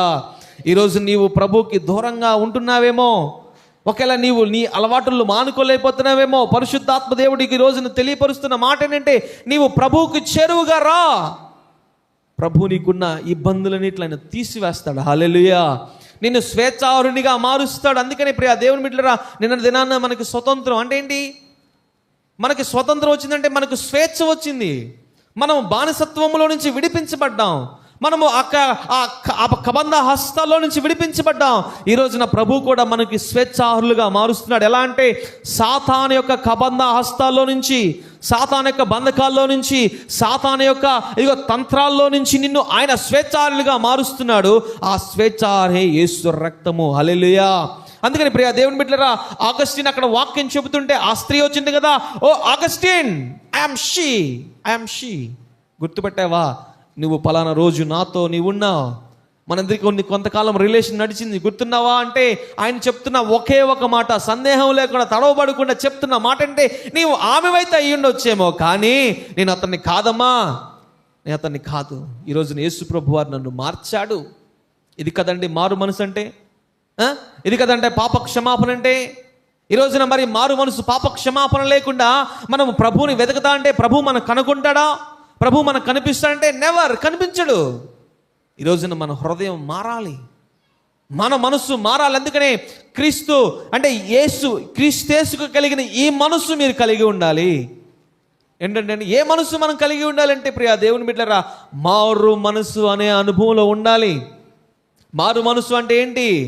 అంతకుముందు పౌలు గారు చెప్తున్నాడు కదా, పౌలు గారు ఒక గొప్ప స్టేట్మెంట్ ఇస్తున్నాడు, గొప్ప సాక్ష్యం ఇస్తున్నాడు. ఏంటి ఆ మాట అంటే, అయ్యా నేను అంతకుముందు హింసకుడును, హానికరుడును, దోషకరుడును, భయంకరమైన వ్యక్తిని, కానీ ఎప్పుడైతే యేసు ప్రభువారు నన్ను దర్శించారో నా మనస్సు మారింది, నా మనసు మారటమే కాకుండా నేను పాపినని గ్రహించుకుని, నేను పాపినని ఒప్పుకొని నా పాప క్షమాపణ దొరికింది ఆయన రక్తము ద్వారా. ఇప్పుడు ఏమంటున్నాడు? ఒక మాట చెప్తున్నాడు. ఎలా అంటున్నాడంటే, నేను క్రీస్తుని పోలి నడుచుకుంటున్నాను, మీరు నన్ను పోలి నడుచుకుని. ఇది కదా అండి, ఇది కదా మారు మనసు అనుభవం, ఇది కదా రక్షణ అనుభవం, ఇది కదా పాప క్షమాపణ అనుభవం. ఈరోజు ఏదో నీవు నామకార్థంగా వచ్చేస్తే కుదరదు, కుదరదు, కుదరదు. అందుకనే యవ్వనస్తులకు నేను చెప్పేదంటే, మరి ముఖ్యంగా ఏదో ఉద్రేకంగా, ఏదో ఆవేశపూర్వకంగా బాప్తిసం తీసుకోకూడదు. బాప్తిసం తీసుకోవడం వల్ల పరలోకి వెళ్తామండి? చెప్పండి, వెళ్తామా? బాప్తిసం అవసరమే, కానీ బాప్తిసం ముందు ఒక ప్రక్రియ ఉంది. ఏంటి ఆ ప్రక్రియ? ఏంటి ఆ ప్రక్రియ? ఏంటండి? వెరీ గుడ్, మారు మనసు. బాప్తిసం తీసుకునే ముందు ఒక ప్రక్రియ జరుగుతుంది. ఆ ప్రక్రియే మారు మనసు. మారు మనసు అనుభవం ఎంతమందికి ఉంది? ఎంతమందికి ఉందని చేతులు ఎత్తి చాలామంది వేస్తారు. కానీ ఆ ప్రాక్టికల్గా ప్రభువుతో నడిచే అనుభవంలో నీవు ఉన్నావా? అంటే నా ఉదాహరణకి నేనే చెప్తున్నా. నా సాక్ష్యం ఏంటంటే, నేను చాలా కోపిస్తోడిని, చాలా భయంకరమైన వ్యక్తి. అంటే నేను ఎవరి మాట వినేవాడిని కదా. చిన్నప్పటి నుంచి చాలా మొండిగా ఉండేవాడిని, చాలా భయంకరమైన వ్యక్తిని. ఎవరన్నా గొడవ పెట్టుకోవాలంటే ముందు నేనే ఉండి కొట్టేసుకునే వాళ్ళం. అసలు చాలా చెత్తగా ఉండేది నా జీవితం. ఎక్కువగా విగ్రహారాధన చేసేవాళ్ళం, పూజలు చేసేవాళ్ళం. మంగళవారం బుధవారాలు అబ్బా ఎంతో నిష్ఠగా అటు మోపుదేవిని, లేకపోతే భద్రేజపాలెంలో ఒక ఈ టెంపుల్స్ ఉంటే ఆ టెంపుల్స్కి వెళ్ళేవాళ్ళం. మా అమ్మ తీసుకెళ్ళేది నన్ను అట్లా. సో ప్రియా దేవుని బిడ్డలారా, ఎప్పుడైతే యేసు ప్రభువారిని నేను కనుగొన్నానో, యేసు ప్రభువారికి నేను ఎప్పుడైతే చేరువయ్యానో, ఆయన నన్ను క్షమించాడండి, నన్ను క్షమించాడు. నా చిన్నతనంలో నాకు ఒక భయంకరమైన కళ వచ్చింది. నా చిన్నతనంలో ఏంటంటే, ఆ కళ నన్ను ఒక నలుగురు వ్యక్తులు, నాకు ఒక నలుగురు వ్యక్తుల్లో నలుగురు ఏం చేస్తుంటే, ఒక ఆయన చేయబట్టుకున్నాడు, ఒక ఆయన కాళ్ళు, ఇంకో ఆయన ఈ చేయి పట్టుకుని నన్ను ఏం చేస్తారంటే ఒక చోటకు తీసుకువెళ్తున్నాడు. అక్కడ ఏం జరుగుతుందంటే, ఒక జాతర జరుగుతుంది. ఏంటంట? జాతర. ఒక జాతర జరుగుతుంటే ఆ జాతర ఏంటారు కదా, అలాంటి జాతర జరుగుతుంటే నన్ను ఎందుకు తీసుకువెళ్తున్నారంటే, బలి ఇవ్వటానికి తీసుకువెళ్తున్నారు. ఆ కల్లో నన్ను బలి ఇవ్వటానికి తీసుకువెళ్తే అంటున్నాను, అమ్మో నేను నేను నేను ఎప్పుడో చచ్చిపోను, నాకు చాలా ఉందండి. లేదు నిన్ను బలవంతంగా నన్ను కాళ్ళు చేతులు కట్టేసి ఈడ్చుకెళ్తుంటే నేను కేకలేస్తున్నా ఆ కల్లో.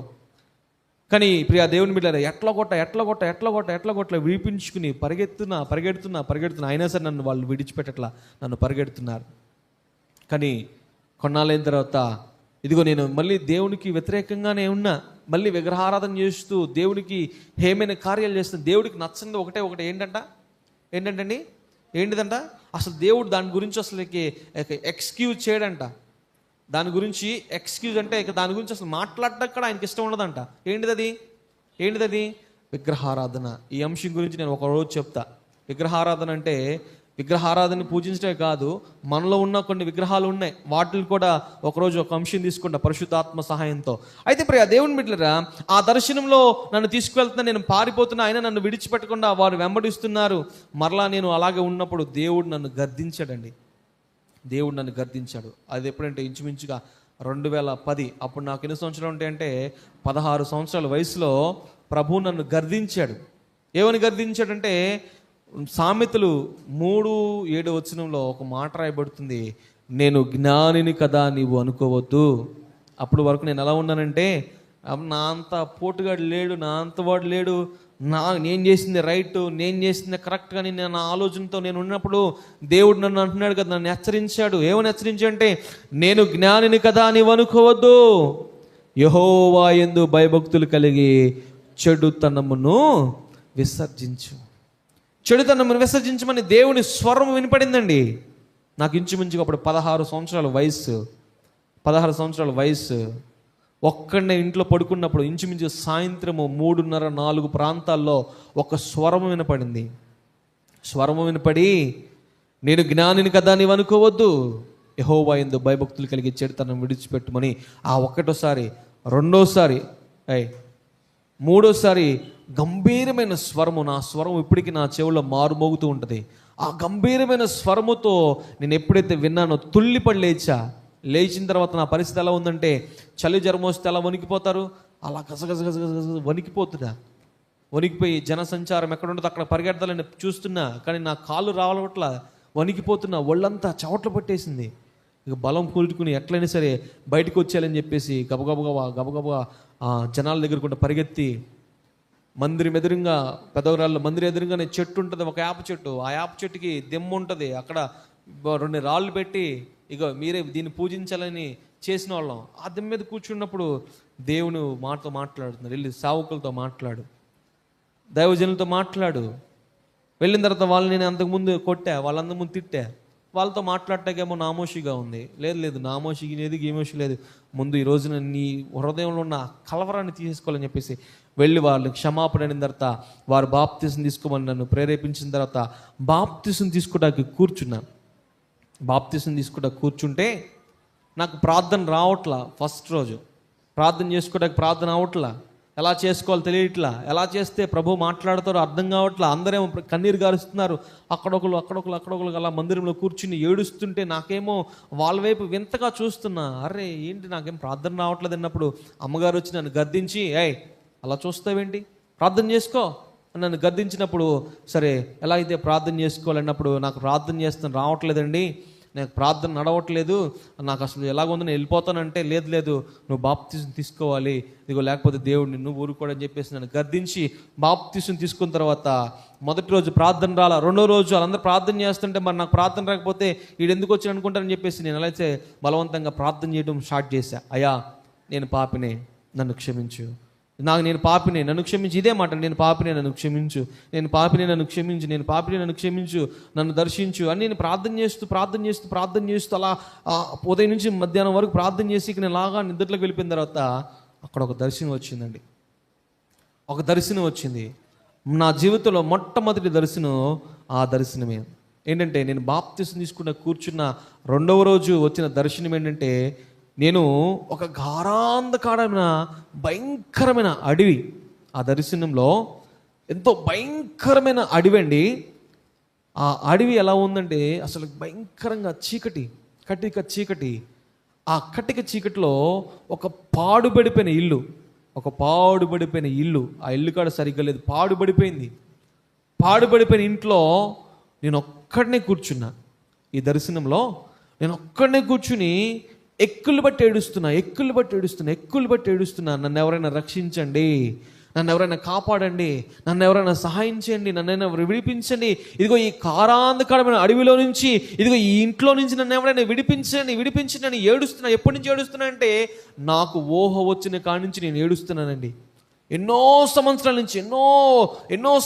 నుంచి నేను ఏడుస్తున్నా ఆ దర్శనంలో.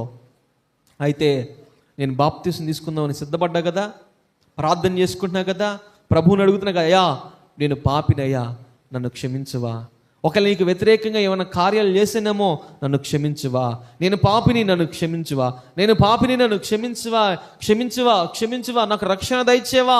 ఇదిగో రక్షణలో కూర్చున్న అందరేమో నాకు ఈ దర్శనం వచ్చింది, ఆ దర్శనం వచ్చింది చెప్తుంటే మరి నేనేమో ఒక్కడే ఉండిపోయి నాకు ఏం రావట్లేదు, నన్ను దర్శించువా. నేను ప్రార్థన చేసుకుంటే ప్రభువు ఆ దర్శనం చూపించిన తర్వాత ఏడుస్తుంటా అప్పుడు నాకు ఒక శబ్దం వినపడింది ఆ దర్శనం. ఏంటి ఆ శబ్దం అంటే, ఎవరో నడుస్తున్నట్టు అడుగుల చప్పుడు వినపడింది.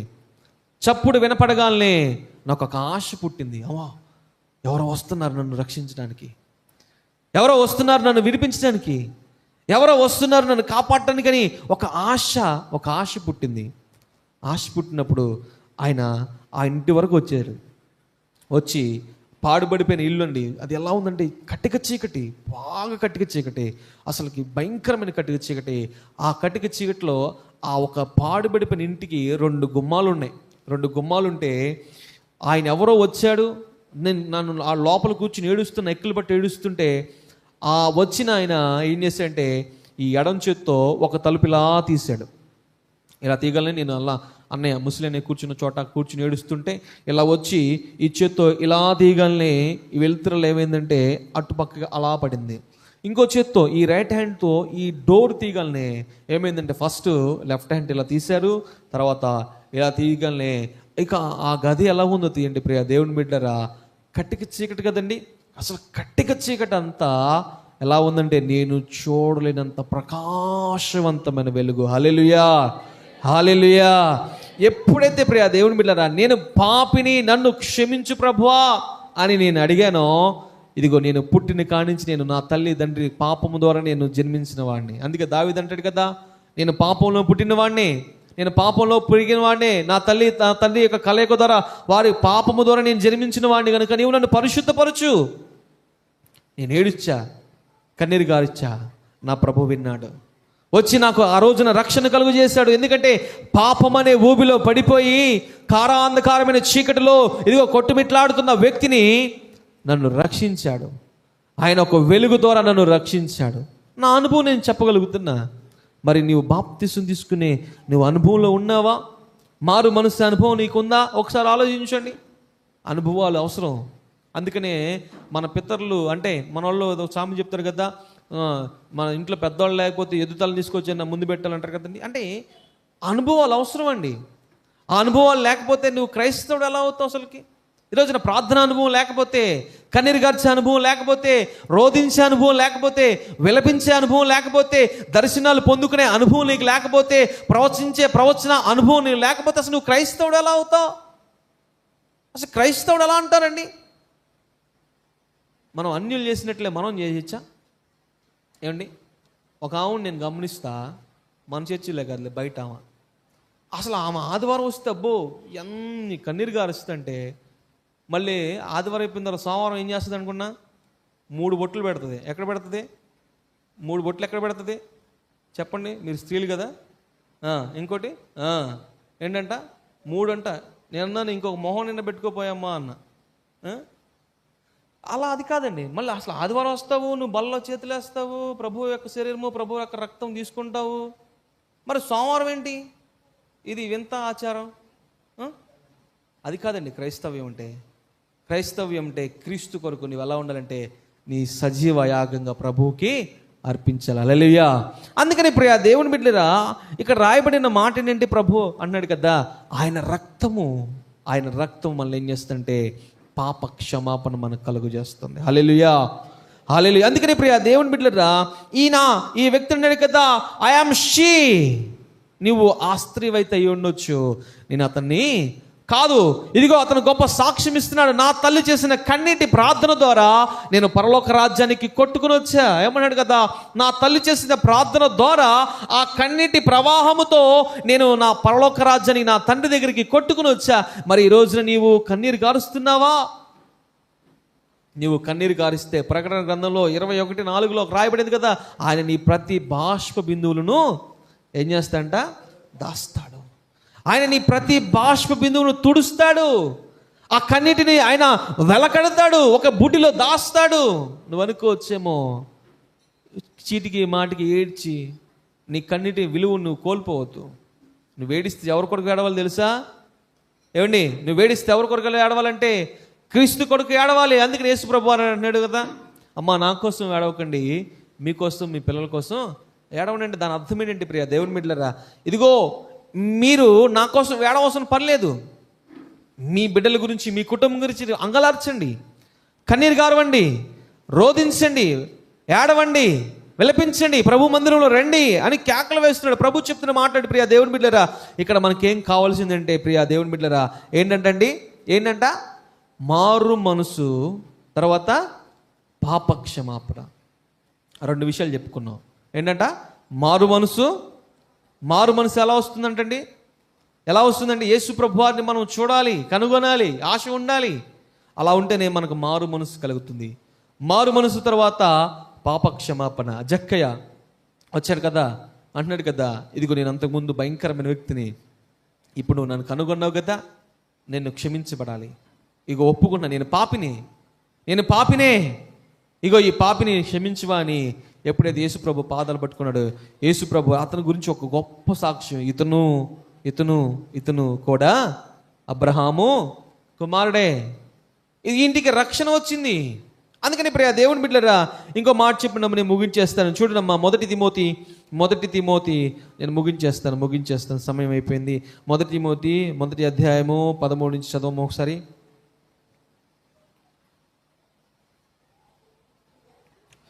Page number 191. నాకు అప్పగించిన ఏంటి? 1 తిమోతి 1:11. Yeah right. నాకు అప్పగించిన ఆయన మహిమగల సువార్త ప్రకారము ధర్మశాస్త్రము ధర్మ విధులకును అవిధేయతలకును భక్తిహీనులకును పాపిష్టులకును అపిత్రులను మత దూషకులకును పితృహంతకులకును మాతృహంతకులకును నరహంతకులకును వ్యభిచారకులను పురుష సంయోగులను మనుష్య చోరులకును అబద్ధికులను అప్రమాణికులకును హితబోధకు విరోధమైన వాడు మరి ఎవడైనా ఉండిన ఎడలా అట్టి వానికి నియమింపబడిను గాని నీతిమంతునికి నియమింపలేదని ఎవడైనా ఎరిగి ధర్మానుగా దానిని ఉపయోగించిన ఎడలా ధర్మశాస్త్రం మేలైనదని మనం ఎరుగుదుము. అక్కడ కదమ్మా, ఇక్కడ ఒక మాట ఉంది. 15వ వచనం చదువు ఒకసారి. పాపులను రక్షించుటకు క్రీస్తు యేసు లోకంలోనికి వచ్చిన వాక్యము. చాలండి. ఇక్కడ ప్రియ దేవుని బిడ్డలారా, పాపులను రక్షించుటకు క్రీస్తు యేసు లోకమునకు వచ్చిన వాక్యము నమ్మదగినదియు అంగీకారముకు యోగ్యమైనదై ఉన్నది. అట్టి వారిలో నేను ప్రధానుడను. అట్టి వారిలో నేను ప్రధాను. ప్రియ దేవుని బిడ్డలారా, ఇక్కడ పౌలు గారు చెప్తున్న మాట ఏంటంటే, పౌలు గారు ఒక స్టేట్మెంట్ ఇస్తున్నాడు లోకానికి. ఏంటి ఆ స్టేట్మెంటు? ఇదిగో నేను అంతకుముందు భయంకరమైన వ్యక్తిని, కానీ నేను ఈ రోజున యేసుప్రభువారు నన్ను దర్శించిన తర్వాత, యేసుప్రభువారు నేను కనుగొన్న తర్వాత నా జీవితం మార్చబడింది. నా జీవితం మార్చబడిన తర్వాత ఇదిగో యేసుప్రభువారు ఈ లోకానికి పాపులను రక్షించడానికి ఆయన వచ్చాడు. పాప క్షమాపణ, రక్షణ నాకు దొరికింది. ఇక్కడ పాప క్షమాపణ ఆయన నాకు దొరికింది కాబట్టి ఈ రోజు నుంచి నేను మార్చబడ్డా, నా జీవితం మార్చబడింది అని పౌలు గారు ఒక గొప్ప స్టేట్మెంట్ ఇస్తున్నాడు. నేను బ్రతికితే క్రీస్తే, నేను చచ్చిపోయిన క్రీస్తు కొరకే. ప్రియ దేవుని బిడ్డలారా, ఈ రోజున క్రైస్తవ్యం అంటే ఏదో ఆషామాషిది కాదండి. క్రైస్తవ్యం అంటే చాలా విలువైంది. క్రైస్తవ్యం అంటే క్రీస్తు సంఘం. క్రీస్తు తన సొంత స్వరక్తముతో మనల్ని కొన్నాడు. ఆ విలువైన రక్తానికి మనం ఎలా ఉండాలంటే విలువగా మార్చబడాలి. హల్లెలూయా, హల్లెలూయా. అందుకని ప్రియ దేవుని బిడ్డలారా, ఇక్కడ వాక్యం అంటుంది, ప్రియ దేవుని బిడ్డలారా, యేసు ప్రభువారు ఈ లోకానికి ఎందుకు వచ్చాడు? యేసు ప్రభువారు ఈ లోకానికి ఎందుకు వచ్చాడంటే ఆయన సువార్తను ప్రకటిస్తాకు వచ్చాడు. అందుకని సువార్త ప్రకటిస్తూ చెప్తున్న మాట ఏంటంటే, పరలోక రాజ్యము సమీపిస్తుంది. పరలోక రాజ్యము సమీపిస్తుంది కనుక అంతటంతటా మీరు మారు మనసు పొందండి. మారు మనసు పొందితేనే పరలోక రాజ్యం. పాప క్షమాపణ పొందితేనే పరలోక రాజ్యం. పాప క్షమాపణ తర్వాత ఇంకోటి ఉంది ప్రధానంగా. ఏంటంటే అది ఏంటి చెప్పాలి అన్న? ఏంటి పాప క్షమాపణ? మొట్టమొదటిగా ఏంటంట? మారు మనసు, తర్వాత పాప క్షమాపణ. వీటన్నింటికంటే ప్రధానమైనది ఒకటి ఉంది. ఏంటది? రక్షణ. హల్లెలూయా, హల్లెలూయా. ఈ మూడు ప్రక్రియలో మనం ఉంటే కనుక ఖచ్చితంగా పరలోక రాజ్యం నీదే. హల్లెలూయా. నిన్న అక్కోళ్ళు ఫస్ట్ ప్రైజ్ నువ్వే కొట్టాలి అంటే దాని అర్థం ఏంటంటే వారికి పోటీ ఉంది. సో పోటీని గెలవాలంటే ఏం చేయాలి? మనం ప్రయత్నం చేయాలి. మనకంటూ మన ముందు ఉన్న పరుగు పందుల్లో మనం ఓపిక పరిగెత్తాలంటే ఈ 3 ప్రక్రియల్లో మనం ఉండాలి. మొట్టమొదటికి మారు మనసు పొందే అనుభవంలో ఉండాలి. మారు మనసు అంటే పాతవన్నీ విడిచిపెట్టేసాలి. క్రీస్తులోకి వచ్చిన తర్వాత ఒక నూతనమైన సృష్టిగా మార్చబడాలి. అందుకనే పాతవి గతించెను, ఇదిగో సమస్తము క్రొత్తవైను. దేవుళ్ళకి వచ్చిన తర్వాత నీవు నూతన పరచబడాలి. అంతేకాని మరలా అదే రోత జీవితం, అదే పాత జీవితం, అదే బూతులు ఆడుకునే జీవితం ఉంటే ఎలా అండి? అలా ఉంటే మనం ఎలా క్రైస్తవులు అనబడతామా? నీ గురించి సాక్ష్యం ఇవ్వాలి సంఘంలో. ఆమె ఎంత ప్రార్థన పర్రాలు, ఆమె ఎంత ప్రార్థన చేస్తారా, ఇదిగో ఆమె ఎంత టైం పంచువాలిటీ. ఉదయం 9 గంటలకు ఆరాధన అయితే 8:40కే మందిలో వచ్చి కూర్చుంది. ఆమెలా నేను ఉండాలి అని ఒక్కరిని ఎవరైనా చూపించండి. అలా ఎవరైనా ఉన్నారా? ఒకసారి చేతులు ఎత్తండి, నేను చూస్తా. ఏమండి, ఉదయం 9 గంటలకు ఆరాధన కదా మనకి, 8:40కి లేకపోతే 8:50కి వచ్చిన వాళ్ళు ఎవరైనా ఉన్నారా? అలా లేకపోతే మరి నీకు ఎలా పాప క్షమాపణ దొరుకుతుందండి? మరి అలా రాకపోతే నీ మనసు ఎలా మారుతుందండి? మరి నువ్వు అలా రాకపోతే నీవు రక్షణ ఎలా పొందుకుంటావండి? మరి ఎన్ని అనుభవాలు కదా. ఈ అనుభవంలో నువ్వు లేకపోతే ఎట్లా? ఈ అనుభవంలో నువ్వు అట్లా అనుభవించుకోకపోతే ఎట్లా? ఏదో నేను ఎప్పుడుకో వస్తానులే, అప్పటికే వెళ్తానులే, వింటాను, లేకపోతే లేదంటే దానివల్ల నీకు ప్రయోజనం ఏం లేదు. మాకు ప్రయోజనం అంటే మాకు కూడా ఏం లేదు. మాకు లేకపోతే సరే, నీకేమైనా ఉందా అంటే నీకు కూడా లేదు. సో వాక్యమును చేపట్టాలి. వాక్యం అంటే ఏంటి? సువార్త అంటే ఏంటి? సువార్త అంటే చాలామంది చెప్తారు కదా, ఇదిగో మా మందిరంలో 6 ఫ్యాన్లు ఉన్నాయి, 4 రెక్కలు ఉన్నాయి, లేకపోతే 10 లైట్లు ఉన్నాయి, లేకపోతే మంచి వాచ్ ఉంది, లేకపోతే మంచి బ్యానర్. అది కాదు సువార్త అంటే. ప్రియ దేవుని బిడ్డలారా, క్రీస్తును ప్రకటించటం. క్రీస్తును ప్రకటించడం అంటే అది కొంచెం కఠినంగానే ఉంటుంది. క్రీస్తు కొరకు త్యాగాలు చేయాలి, క్రీస్తు కొరకు రక్తాలు కార్చాలి, క్రీస్తు కొరకు స్థిరస్థానాలు ఉంటాయి. ఏమిటండి? తలలో తెగిపోవడపోతే ఐ డోంట్ కేర్, క్రీస్తు కొరకు నేను నిలబడతానయా. అది కదా క్రైస్తవ్యం అంటే. అది కదంటే మారు మనసు, అది కదంటే పాప క్షమాపణ. మరి ముఖ్యంగా చివరిగా నేను ముగించేస్తాను. చూడండి, ఫిలిప్పీయులకు రాసిన పత్రిక 2వ అధ్యాయము, ఒకసారి ఆ మాట చూద్దాం, నేను ముగించేస్తాను. సారీ ఎపిసిల్కి రాసిన పత్రిక 2వ అధ్యాయము 8 నుంచి చదువు ఒకసారి. 2:8.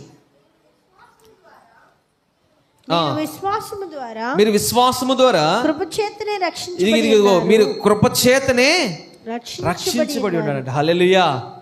దేవుని కృప మనల్ని ఏం చేస్తుందంట? రక్షిస్తుంది. దేవుని కృప మనల్ని ఏం చేస్తుందంటే విమోచిస్తుంది. ఇక్కడ రాయబడిన ప్రియ దేవుని బిడ్డ, నేను సమయం అయిపోయింది ముగించేస్తాను.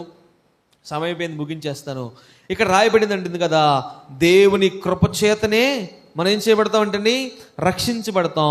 ఇంకో మాట చూడండి, రోమిలకు రాసిన పత్రిక 10వ అధ్యాయము 13వ వచనం. త్వరగా చదవమ్మా. 10:13. సమయం అయిపోయింది, ముగించేస్తా. ఎందుకనగా చదువు. రోమిలకు రాసిన పత్రిక 10:11. ఎందుకనగా ఏమనగా ఆయన యందు విశ్వాసముంచు వాడెవడు ప్రభు నామమును బట్టి ఏం చదువుతున్నావు? ప్రభు నామమును బట్టి ప్రార్థన చేయవాడెవడు వాడు రక్షించబడును. ఇదిగో ఏంటంటే, ఎవడైనాను ఎందుకనగా ప్రభు నామమును బట్టి ప్రార్థన చేయువాడు ఏం చేస్తాడంట? రక్షించబడతాడు. హల్లెలూయా. ఈ రోజున నీవు ప్రార్థన చేస్తే రక్షించబడతావు. ఈ రోజున నీవు మారు మనసు కలిగితే రక్షించబడతావు. ఈ రోజున నేను పాపిని అని నువ్వు గ్రహిస్తే రక్షించబడతావు. అంతేగాని ఏదో వస్తున్నానులే వెళ్ళిపోతున్నానంటే అది నీకు ఏమాత్రం మేలు కాదండి. అందుకని ప్రియ దేవుని బిడ్డలారా, ఇక్కడ వాక్యం ఉంటుంది కదా, రోమిలకు రాసిన పత్రిక ఆ మాట చెప్తుంది చక్కగా. ఏంటంట, మనం ఎలా ఉండాలంటండి? ప్రార్థన ద్వారానే మనం రక్షించబడతాం. అందుకని ఇంకో రాయబడింది ప్రియ దేవుని బిడ్డలారా, నేను ముగించేస్తాను. యోహాను చూడమ్మా. యోహాను సువార్త 4వ అధ్యాయము. యోహాను సువార్త 4వ అధ్యాయము 7 చదువు ఒకసారి. సమరయ స్త్రీ ఒకటి నీళ్లు చేదుకొనుటకు 30 వరకు చదవాలి. కాదు కదమ్మా, ఇక్కడ ఈ వంటలో ఫస్ట్ చదువు, తర్వాత కిందకి వెళ్దాం. యేసు నాకు దాహమునకిమ్మని ఆమెను అడిగాను. ఆయన శిష్యులు ఆహారము కొనుటకు ఊరిలోకి వెళ్ళి ఉండేది.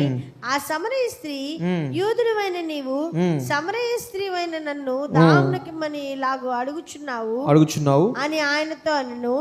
ఏలయనగా యూదులు సమరయులతో సాంగత్యము చేయరు. అక్కడ ఇంకొక మాట రాయబడుతుంది ఏంటంటే, ఆమె ఈయన నన్ను కనుగొన్నాడు అని చూడు ఒకసారి. యేసు ఆ మాటలు 28. ఆ స్త్రీ తన కుండను విడిచిపెట్టి, ఓకే చదువు. ఆ స్త్రీ తన కుండను విడిచిపెట్టి ఊరిలోనికి వెళ్ళి మీరు వచ్చి చేసిన వాటిని నాతో చెప్పిన మనుషుని చూడుడి, ఈయన క్రీస్తు కదా ఆయన ఊరి వారితో చెప్పగా. చాలండి. ఇక్కడ ప్రియ దేవుని బిడ్డలారా, ఇక్కడ ఒక స్త్రీ మనం కనిపిస్తుంది. ఈ స్త్రీకి ఏంటంటే రక్షణ కలుగుతానికి ఏమైందంట? యేసు ప్రభువారిని కనుగొంది.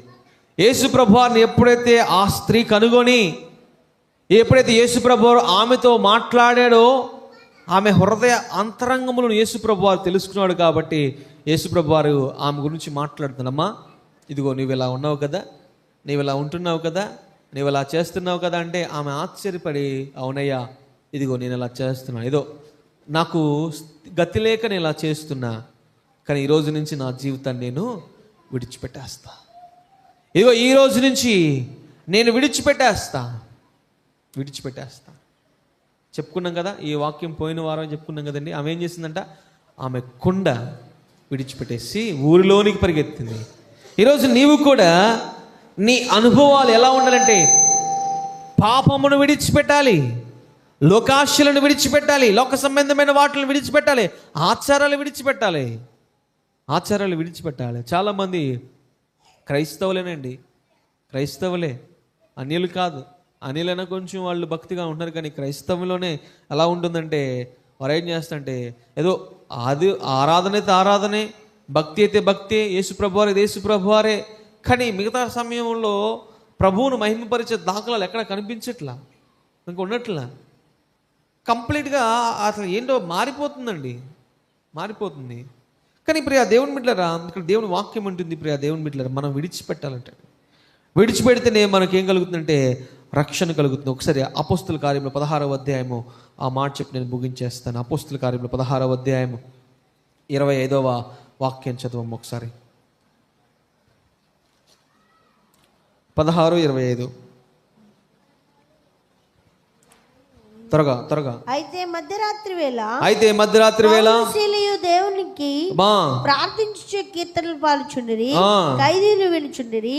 అప్పుడు అకస్మాత్తుగా మహాభూకంపం కలిగెను, చెరసాల పునాదులు అదిరెను, వెంటనే తలుపులన్నీ తెరవబడెను, అందరి బంధకములు ఊడెను. అంతలో చెరసాల నాయకుడు మేలుకొని చెరసాల తలుపులు తెరచి ఉండుట చూచి ఖైదీలు పారిపోయి ఉన్నాననుకొని కత్తి దూసి తనని చంపుకొని పోయాను.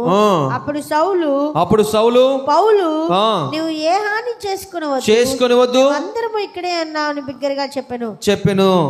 అతడు దీపము తెమ్మని చెప్పి లోపలికి వచ్చి వణుకుచు పౌలును శీలను చూసి సాగిలపడి వారిని వెలుపలికి తీసుకొని వచ్చి ఇక్కడ అండర్లైన్ చేసుకోవచ్చు అయ్యలారా, రక్షణ పొందుటకు నేనేమి చేయవలెను అనెను. అందుకు వారు ప్రభువైన యేసునందు విశ్వాసముంచుము, ఇదిగో ప్రభువైన యేసునందు విశ్వాసముంచుము, అప్పుడు నీవును నీ ఇంటి వారును రక్షణ పొందుదురు. హల్లెలూయా, హల్లెలూయా, హల్లెలూయా, హల్లెలూయా, హల్లెలూయా, హల్లెలూయా, హల్లెలూయా, హల్లెలూయా. నాకు ఒక బ్యాడ్ హ్యాబిట్ ఉంది, ఎవరైనా చేతులు ఎత్తి చెప్పకపోతే రిపీట్ అయిపోతూ ఉంటుంది, అలాగే 1 గంట 2 గంటలైనా. హల్లెలూయా. ప్రభు మందిరంలో చేతులు ఎత్తి చెప్తేనే అసలు ఆనందం అండి. హల్లెలూయా. అందుకని ప్రియ దేవుని బిడ్డలు అన్నారా, అయ్యలారా ఇదిగో రక్షణ పొందుటకు నేనేమి చేయాలి? ఇదిగో ఖైదీలందరూ అక్కడ పౌలు సేనలు బంధించబడి ఆ చెరసాల్లో ఉండబడి కేకలు వేయకుండా ఇదిగో ప్రభువుని స్తుతిస్తున్నారంటండి. ప్రభువుని ఆరాధిస్తుంటే ప్రభు శక్తి వారి మధ్యలోనికి దిగి వచ్చేసిందంట. హల్లెలూయా. ప్రభు శక్తి మధ్యలోకి దిగిరాగానే ఆ చెరసాల పునాదులు ఏమైందంటే బద్దలైపోయినాయి. బద్దలైపోయిన తర్వాత ఆయన లేచి అంటాడు కదా, అక్కడ కాపలా ఉన్న సైనికుడు లేచి అంటాడు కదా, అయ్యో దొంగలందరూ పారిపోయి ఉంటారు, రేపొద్దున రాజుగారికి తెలిసిందంటే రాజుగారు నన్ను చంపేస్తారే అని అతను ఏం చేశాడంటే, రాజుగారు చంపడం కంటే నేను చచ్చిపోతా అని చెప్పేసి కత్తి తీసాడు. ఇలా కత్తి తీసి చచ్చిపోదాం అనే లోపు అంటున్నాడు కదా, అయ్యా నీవేమి హాని చేసుకోవద్దు, మేమందరం ఇక్కడే ఉన్నాం, నువ్వు అటువంటి హానిని చేసుకోవద్దు. అప్పుడు ఆయన రియలైజ్ అయ్యి అంటున్నాడు కదా, మీది ఎలా సాధ్యం అంటే, మేము క్రీస్తుని తెలుసుకున్న వారము, యేసు ప్రభువారిని తెలుసుకున్న వారం, మేము క్రైస్తవులం. ఈ రోజున ప్రియ దేవుని బిడ్డలారా, అతనికి స్వార్థను ప్రకటించుకుని మునిపే అతను మారాడు. ఎలా? అతని ప్రవర్తన బట్టి పౌలు సీనలో పారిపోవటానికి అవకాశం ఉంది, కానీ పారిపోలా. అక్కడ జైలు అధికారి మార్చబడ్డాడు. స్వార్థను ప్రకటించారు. మీకు అర్థమవుతుంది? ఇక్కడ వారు పాడిపోవడానికి అవకాశం ఉంది. చెరసాల బద్దలు పునాదులు పగిలిపోయినాయి, వారికి ద్వారాలు తెరవబడినాయి, వారు వెళ్ళిపోవచ్చు. కానీ అక్కడ ఉన్న ఖైదీలు ఎవ్వరు వెళ్ళలేదంటండి. వెళ్ళకుండా అక్కడే ఉన్నారు. ఉండి చెప్తున్నారు, అయ్యా నువ్వు ఎటువంటి హాని చేసుకోవద్దు, మేము ఇక్కడే ఉన్నాం, అందరం ఇక్కడే ఉన్నాం, ఎవ్వరు వెళ్ళలేదు అన్నప్పుడు ఇది ఎలా సాధ్యం? అవకాశం ఉంది కదా మీరు పారిపోవటానికి, అవకాశం ఉంది కదా మీరు వెళ్ళిపోవటానికి అంటే అలా వెళ్ళొద్దని క్రీస్తు మాకు చెప్పాడు. ఇదిగో మేము క్రైస్తవులం. క్రైస్తవుడు అంటే ఏదో పారిపోయినవాడు కాదండి. క్రైస్తవుడు అంటే శ్రమలకు లొంగిపోయేవాడు కాదండి. క్రైస్తవుడు అంటే ఏదో ఆషామాషిగా ఉండే వ్యక్తి కాదండి. క్రైస్తవుడు అంటే ఒక సింహం. హల్లెలూయా. క్రైస్తవుడు అంటే రగిలే జ్వాల. క్రైస్తవుడు అంటే ప్రకాశిస్తున్న వ్యక్తి. క్రైస్తవుడు అంటే ఒక అగ్ని కణం. క్రైస్తవుడితో పెట్టుకుంటే ఒక్కొక్కడికి చెమటలు పట్టాల్సిందే. మీరు అనుకుంటున్నారు చాలామంది క్రైస్తవులు ఏం చేస్తారంటే లేదు లేదు, క్రైస్తవ్యం అంటే ప్రియ దేవుని బిడ్డలరా దేవునిది. పౌలు శీలను చెప్తున్నారు అక్కడ, మేము పారిపోలా, మేము క్రీస్తు మనసు కలిగి ఉన్నవారం. క్రీస్తు మనసు ఏంటంటే లోబడాలి. క్రీస్తు మనసు ఏంటంటే ప్రేమ చూపించాలి. క్రీస్తు మనసు ఏంటంటే నిందలైన, శ్రమలైన, బాధలైన, కరువైన, ఎరుకైన, ఇబ్బంది అయినా సహించాలి. క్రీస్తు మనసు మేము కలిగి ఉన్నాం. నువ్వు ఎటువంటి హాని చేసుకోవద్దు.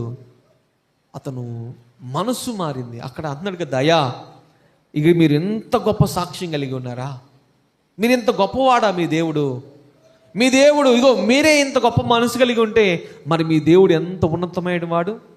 మరి నేను రక్షణ పొందడానికి నేనేం చేయాలి? ఏమండి, నేను రక్షణ పొందడానికి నేనేం చేయాలన్నప్పుడు వారు అన్నారు కదా, ఇదిగో నీవు ఎక్కడ ఉండాలంటండి ఆ మాట చూద్దాం. అక్కడ రాయబడిన మాట ఏంటంటే ఇక్కడ 31, అందుకు వారు ప్రభు అయిన యేసు క్రీస్తు నందు ఏమంటండి విశ్వాసం ఉంచాలి. విశ్వాసం. ఈ రోజున మన వాళ్ళకి విశ్వాసం ఉందంటే విశ్వాసం లేదు. విశ్వాసం ఉంటే అసలు నువ్వు టైం స్కిప్ చేయవు. ఏమండి, నువ్వు టైం స్కిప్ చేయవు. శనివారాల ప్రార్థన నువ్వు ఆగిపో. మీరు విశ్వాసులా లేకపోతే చెప్పాలి ఏంటి? విశ్వాసులా పిశాచులా? నేను అంటలేదండి, అన్నయ్య అన్నాడు, బాజీ అన్న. ఆయన అడగండి ఇంటికి వెళ్ళిన తర్వాత. మీరెవరో, మీరు విశ్వాసులా ఏంటండి పిశాచులా? మనం ఎలా ఉండాలంటే విశ్వాసులా ఉండాలి. విశ్వాసుడు ఎలా బ్రతుకుతాడు? నీతిమంతుడు ఎలా బ్రతుకుతాడు? విశ్వాసం మూలంగానే. సో ప్రియ దేవుని బిడ్డలారా, అందుకని ఇక్కడ అంటున్నాడు కదా, ఇదిగో మీరు యేసు ప్రభువారి యందు విశ్వాసం ఉంచండి. యేసు ప్రభువారి యందు విశ్వాసం ఉంచితే నీవు రక్షించబడతావు. యేసు ప్రభువారి విశ్వాసం ఉంటే ఇదిగో నీ కుటుంబం రక్షించబడుతుంది. జక్కయ్య దగ్గరికి వచ్చి జక్కయ్య అన్నాడు కదా, అయ్యా ఎందుకు ముందు నేను భయంకరమైన వ్యక్తిని, ఇదిగో ఎవరి దగ్గర అన్యాయంగా తీసుకున్నానో వారికి మరలా నేను 4 గంటలు చెల్లించేస్తా. ఇది నాకొద్దు, ఈ జీవితం నాకొద్దు, ఈ రోత బ్రతుకు నాకొద్దు. ఇదిగో నాకు నీవు కావాలి, నీ ప్రేమ కావాలి.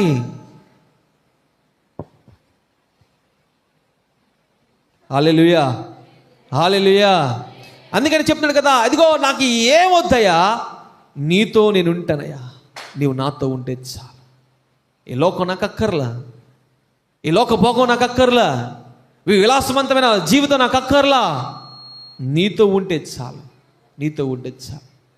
ఒక భక్తుడిని ఒక ఆయన ఇంటర్వ్యూ చేస్తూ ఇలా అన్నాడు, ఏమయ్యా పరలోక రాజ్యంలో కొన్ని స్థానాలు ఉంటాయి కదా, ఆ స్థానాల్లో నువ్వు ఎక్కడ ఉండాలని ఆశపడుతున్నావు? ఏమండి, పరలోక రాజ్యంలో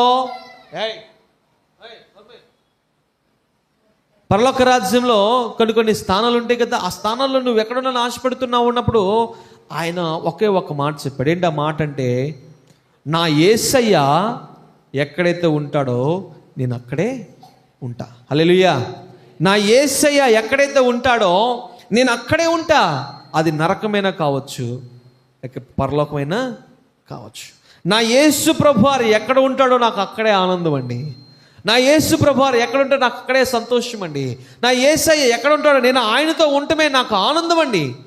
జక్కయ్య చెప్తున్న మాట అదే, యేసయ్య నువ్వు ఎక్కడ ఉంటావో నేను నీతో అక్కడ ఉంటానయ్యా. అందుకని యేసు ప్రభువారిని వెంబడించే వాళ్ళు ఎలా ఉన్నారంటే ఆ రోజుల్లో కోకొల్లలుగా అంటండి వెంబడిస్తున్నారంట. ఎంతమంది అంట, లెక్క పెట్టలేనంత సైన్య సమూహం ఆయన్ని వెంబడిస్తున్నారు. ఎందుకంటే యేసు ప్రభువారి దగ్గరికి వస్తున్న ఏదో తెలియని ఒక ఆనందం అంట, యేసు ప్రభువారి దగ్గరికి వస్తే ఏదో తెలియని సంతోషం అంట. యేసు ప్రభువారిని సొంత రక్షకంగా అంగీకరిస్తుంటే అసలు ఆనందం ఎలా ఉంటుందంటే ఆనందానికి కట్టలు తెగిపోతున్నాయి అంటండి. అప్పుడు వరకు ఆ దుఃఖాల్లో, బాధల్లో, కరువుల్లో, ఇబ్బందుల్లో ఉన్నవారు యేసు ప్రభువారి దగ్గరికి వస్తే అసలు ఆహారం వేయట్లేదంట, మంచినీళ్ళు వేయట్లేదు. అందుకని యేసు ప్రభువారు వారిని పచ్చిక బయలు మీద కూర్చోబెట్టి సువార్తను ప్రకటిస్తున్నప్పుడు ఇంచుమించుగా 2 రోజులు సువార్తను ప్రకటించేసాడంటండి. 2 రోజుల వరకు సువార్తను ప్రకటిస్తే మనకెవరికన్నా ఒక భోజనం చేసిన గంట తర్వాత ఆకలేస్తుంది కదా. కానీ ఆ రోజు యేసు ప్రభువారు వాక్యం ప్రకటిస్తూ 2 రోజులు అయిపోయిందంట. 2 రోజుల వరకు నో ఫుడ్, నో వాటర్. ఏదో వాటర్ తీసుకున్నట్లే కానీ ఆహారం లేదంట. కానీ వారు ఎలా ఉన్నారంటే ప్రియ దేవుని బిడ్డలారా, వారు మనసంతా యేసు ప్రభువారి మీద కేంద్రీకరించుకుని యేసు ప్రభువారు చెప్తున్న ఆ మధురమైన మాటలు వింటున్నారంట. ఆ మధురమైన మాటలు వింటూ టైం తెలియట్లా, టైం గడిచిపోయింది. యేసు ప్రభువారు అప్పుడు వారిని హృదయాలు గైకొని ఇప్పటికే చాలా సమయం అయిపోయింది, ఇదిగో వీరిని ఏం చేయాలి, పంపించేయాలి. వారి శిష్యులు వచ్చన్నారు, యేసయ్యా చాలా సమయం అయిపోయింది యేసయ్యా, వారిని ఇంటికి పంపించేద్దాం అన్నప్పుడు యేసు ప్రభువారు ప్రేమ కలిగిన దేవుడు కదండి, వీరిని ఉట్టి చేతులతో పంపించకూడదు, వీరి హృదయం అంతా ఇదిగో పరిశుద్ధాత్మతో నింపబడింది కనుక వీరిని శరీరవంతులు కనుక వీరిని శరీరంగా ఆహారాన్ని వీరికి ఇవ్వాలి, వీరికైనా ఆహారం ఉందా అని అడిగారంటండి. ఎంతమందికి ఇంచుమించుగా 5,000 మంది పురుషులే ఉన్నారండి. ఎంతమంది? 5,000 మంది పురుషులే ఉన్నారు. ఇదిగో ఇటు పక్కన కుడివైపు అన్నయ్యలు ఉన్నారు. ఎంతమంది ఉన్నారు? మరి మీరు ఎంతమంది ఉన్నారు? పోటీ పెడదామా? మీరు గట్టిగా హల్లెలూయా చెప్తారా, వాళ్ళు గట్టిగా హల్లెలూయా చెప్తారా? సరేనా? ఏమా చెప్తారా వద్దా? ఉండండి, నవ్వుతూ ఉండండి, ఎందుకు సీరియస్గా ఉంటారు? కొట్టేదట్టు చూస్తున్నారు. సో చెప్తారా? ఫస్ట్ ఎవరు? మహిళా మండలికి ఇద్దాం. మీరే, ఎందుకంటే మీరే రాజ్యాలు కట్టాలన్నా మీరే, రాజ్యాలని వాళ్ళే, అందుకనే అవకాశం మీకే ఇద్దాం. చెప్తారు రెడీ 1 2 3 అందరూ దగ్గరగా వెనకున్నవారు కాడ. మా ఇంజనీర్ గారు, సౌండ్ ఇంజనీర్ అమ్మా, హల్లెలూయా. మీరు కాదు, ఓకే. రెడీ 1 2 3 గట్టిగా రెడీ 1 2 3 స్టార్ట్. ఓకే, ఇప్పుడు మా వాళ్ళు అన్న మన మగజాతిని కాపాడాలి.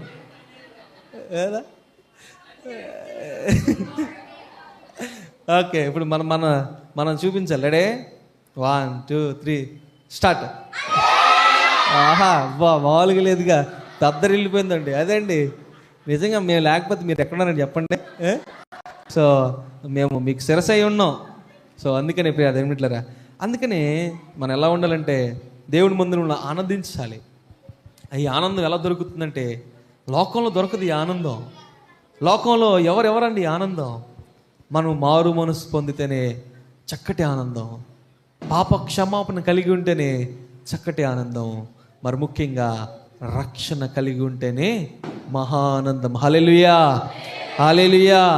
ఈరోజు ఎవరైనా సరే మారు మనసు లేకుండా ఉన్నారేమో, ప్రభువారు మనసులు మార్చునుగాక.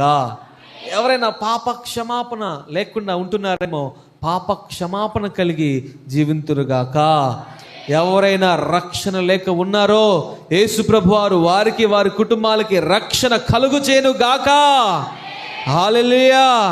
అందుకని ప్రియ దేవుని బిడ్డలారా, 3 విషయాలు ఏంటంటే, మొదటిదేంటి మారు మనసు అర్థం ఏంటి? మారు మనసు అర్థం ఏంటంటే పాతవి విడిచిపెట్టాలి, నూతనమైనవి సంపాదించుకోవాలి. నూతనమైన అంటే క్రీస్తులోనే మనం సంపాదించుకోవాలి. రెండోది పాప క్షమాపణ. పాప క్షమాపణ అంటే పౌలు గారు చెప్తున్నారు కదా, అయ్యా అంతకుముందు నేను హింసకుడును, దోషకుడును, హానికరుడును, భయంకరమైన వ్యక్తిని, కానీ యేసు ప్రభువారు నన్ను దర్శించిన తర్వాత, అంటే మన భాషలో చెప్పాలంటే యేసు ప్రభువారు నేను సొంత రక్షణగా అంగీకరించి సంఘం ఎదుటను, ప్రజల ఎదుటను, ఇదిగో నీటి బాప్తిసం తీసుకున్నప్పుడు వాగ్దానం చేశాను కదా, అప్పటి నుంచి నేను కంప్లీట్గా క్రీస్తు వాడను. ఏంటండి, ఇక నేను క్రీస్తుకు సంబంధించిన వ్యక్తిని. మరలా నేను లోకం వైపు చూడకూడదు. ఇక్కడ ఒక కఠినమైన మాట నేను చెప్పాలని ఆశపడతా. చెప్పనా వద్దా? కుక్కలకు పరలోక రాజ్యం లేదంటండి. అంటే కుక్కలు అంటే ఏంటి? ఈ మాట ఒక దైవజనుడు చెప్తుంటే నేను విన్నా, కానీ లోతైన అర్థం ఈ మాట. యేసు ప్రభువారు ఒక మార్గంలో వెళ్తున్నప్పుడు ఒక స్త్రీ వచ్చి అంటుంది కదా, అయ్యా నా కుమార్తె చావు బతుకుల్లో ఉంది. వినాలి, నా కుమార్తె చావు బతుకుల్లో ఉంది, నా కుమార్తెను రక్షించు అని ఏడుకుంటుంది, కాళ్ళు పట్టుకుంది. నువ్వు రా యేసయ్య రా అన్నప్పుడు ఆ యేసుప్రభు ఒక మాట చెప్తున్నాడు, ఇదిగో పిల్లల రొట్టె ముక్కలు కుక్కలకు వేయటం న్యాయమా? ఏమండి మాట అన్నాడు కదా. ఇగో ఈ పిల్లలు తినే రొట్టె ముక్కలు, ఇప్పుడు ఈడున్నాడండి, వాడి దగ్గర ఆహారం తెచ్చుకుని నేను ఆడు ఆహారం తింటుంటే గబుక్కుని వాడి దగ్గర నుంచి ఆ నోటి దగ్గర లాక్కుని అక్కడ కుక్కుంటే దానికి వేస్తే ఏం చేస్తుంది? తినేస్తుంది కదా. అంటే వీటిని నేను అక్కడ వాక్యం ఏంటంటే ప్రియ దేవుని బిడ్డలారా, పిల్లల దగ్గర ఉన్న రొట్టె మొక్కలు తీసుకుని కుక్క పిల్లలకు వేయమంటావా అంటే ఆమె అక్కడ ఒక గొప్ప మాట అంటుంది, అయ్యా నేను కుక్కనే. ఏంటండి? నేను కుక్కనే. అంటే ఈ మాట కొంచెం లోతుగా మనం జ్ఞాపకం చేసుకుంటే అక్కడ రాయబడిన మాట ఏంటంటే ప్రియ దేవుడి మీద, కుక్కలకు పరలోక రాజ్యము లేదు. అంటే ఏంటంటే ఈ మాట కొంచెం కఠినంగా ఉంటుంది, కానీ పరిశుద్ధాత్మ దేవుడు ఎందుకో బయలుపరచమని చెప్తున్నాడు. కుక్కలకి పరలోక రాజ్యం లేదంటే కుక్క వంటి స్వభావం ఏంటండి? కుక్క వంటి స్వభావం అంటే కుక్క ఏం చేస్తుంది? దాని దొరికి చోట్ల బాగా బెర్రిగా తినేస్తుంది. అదేం చేస్తుంది? వస్తుంది, దానికి ఎక్కువ అయిన తర్వాత ఎక్కడో వచ్చేసి అదేం చేస్తుంది అంటే రీబ్యాక్ అంటే వామిటింగ్ చేసుకుంటుంది. వామిటింగ్ చేసుకున్న తర్వాత మళ్ళీ ఏం చేస్తుంది? ఆ రోడ్ చివరికి వెళ్ళి వస్తుంది. మరలా ఆ చివరికి వెళ్ళి వచ్చిన తర్వాత ఏం చేస్తుంది? దీనికి ఆహారం దొరికినప్పుడు అది కక్కిందే దాని ఆహారం అదేం చేస్తుంది? మళ్ళీ తింటుంది. అంటే ఇక్కడ వాక్యం ప్రభు యొక్క ఆత్మ తెలియపరుస్తుందంటే ఇక్కడ మీరు కుక్కల వంటి స్వభావం కలిగి ఉండొద్దు. ఏమండి? కుక్కల వంటి స్వభావం కలిగి ఉండొద్దు. మీరు ఎలా ఉండాలంటే మారు మనసు, అది ఎంత ప్రత్యేకత, రక్షణ ప్రత్యేకత, పాప క్షమాపణ ప్రత్యేకత, అది అంతేగాని మరలా మీరు బాప్తిసం తీసుకుని మరి మారు మనసు పొందారని చెప్పుకుంటూ మరలా మీరు లోకంలో ఎలా స్నేహం చేస్తారు? అలా ఉంటే పరలోక రాజ్యం లేదని ప్రభు వాక్యం చెప్తుంది, నేను చెప్పట్లా, దేవుడే చెప్తున్నాడు. అయ్యా మీరు అల్లరి చేస్తున్నారన్నా వాళ్ళు అల్లరి చేయకుండా చూడండి కొంచెం. సో అందుకని ప్రియ దేవుని బిడ్డలారా, నేను ముగించేస్తాను, సమయం అయిపోయింది. ఈ రోజున మనం ఎలాంటి వారిగా ఉండాలంటే మనము మారు మనసు అనుభవంలో ఉండాలి. మారు మనసు అనుభవం అంటే మరలా మనం వెనక్కి తిరిగి చూడకూడదండి. కొన్ని బలహీనలు వస్తాయి, అయినా సరే మనం లేచి ప్రభువును మహిమపరచాలి. మనం అంతగా పౌలు గారు అంటాడు, నీతిమంతుడు లేడు, ఒక్కడో లేడు. ఇక్కడ మేమైనా సరే బలహీనులమే, ఎవరైనా బలహీనులమే. కానీ మనం ఏం చేయాలంటే ప్రతిరోజు మనం సరిచేయబడాలి. ప్రతిరోజు మనం ఏం చేయాలంటే మనకు మనం ఏం చేయాలంటే మనం ఏం చేసుకోవాలంటే పరిశీలన చేసుకోవాలి, పరిశోధించుకోవాలి. ఈరోజు నేను వాక్యం చదివానా? ఈరోజు నేను ప్రార్థన చేసుకున్నానా? ఈరోజు నేను దేవుడితో ఎంత నడిచాను? ఈరోజు దేవుడు నాతో ఎంత మాట్లాడాడు అని మనం ఏం చేయాలంటే ప్రతిరోజు పరిశీలన చేసుకోవాలి. అర్థమవుతుంది నా మాటలు మీకు? సో అందుకని ప్రియ దేవుని బిడ్డలారా, మనం ఏంటంటే మొట్టమొదటిగా మారు మనసు అనుభవంలో నీవు ఉండాలి. ప్రతి క్రైస్తవుడు మారు మనసు పొందే అనుభవంలో ఉండాలి. యేసుమ్మక్క అంతకుముందు ఎలా అంటుందిరా, కానీ యేసుమ్మ గారు ఇప్పుడు ఎంత చూడండి, ఎంత ప్రార్థన పర్వాలేరు, తన భర్తను మార్చుకుంది ఆమె కన్నిటి ప్రార్థన వల్ల అని నీ గురించి సాక్ష్యం చెప్పాలి. అదే మారు మనసు అంటే. పాప క్షమాపణ, అయ్యా ప్రతిరోజు మనం పరిశీలన చేసుకోవాలి. అయ్యా నేను పాపినే, నీ నీతితో నన్ను కడుగు, నీ రక్తంతో నన్ను కడుగు, నన్ను బాగు చేయి, నన్ను పరిశుద్ధపరచు అనే పాప క్షమాపణ కావాలి. మరి ముఖ్యంగా ఈ రెండు అనుభవంలో ఉంటే ప్రభు ఇచ్చే అనుభవం అది ఉన్నతమైనది. హల్లెలూయా. ఆ ఉన్నతమైన అనుభవం ఏంటంటే రక్షణ. హల్లెలూయా. మారు మనసు, పాప క్షమాపణ వచ్చే ఆ ఫలము, ఆ ఫలితము, ఆ ఆశీర్వాదము రక్షణ. హల్లెలూయా. రక్షణ మనం అందరము అనుభవించదుము గాక. ఆ రక్షణ ఎక్కడ వస్తుందో తెలుసా? యేసు ప్రభువాన్ని సొంత రక్షకునిగా అంగీకరిస్తేనే ఆ రక్షణ వస్తుంది. అందుకనే యేసు ప్రభువారు ఒక మాట అంటాడు కదా, ఇక్కడ రాయబడిన మాట ఏంటి? ఆ మాట ఇదిగో యోహాను 14:6 రాయబడిన మాట. అందుకు యేసు నేనే మార్గము, సత్యము, జీవము, నా ద్వారా తప్ప తండ్రి వద్దకు మరెవ్వరు చేర్చబడు. యేసు ప్రభువారిని నువ్వు సొంత రక్షకునిగా అంగీకరించాలి. ఈరోజు నువ్వు అంగీకరిస్తేనే నీకు రక్షణ, నువ్వు అంగీకరిస్తేనే నీకు పాప క్షమాపణ, నువ్వు అంగీకరిస్తే నీకు మారు మనసు. కనుక దేవుడి కొద్ది మాటలు దీవించి మన విడికిల్లో భద్రపరచునుగాక. ఆమెన్. వాక్యం అర్థమైన ఒకసారి చెప్పండి. హల్లెలూయా. అర్థమైందా? వాక్యము అర్థమైనట్లయితే ప్రియ దేవుని బిడ్డలారా, దేవుడు మీ హృదయములను ఆయన తృప్తిపరచునుగాక. మీరు అనుకోవచ్చు మేము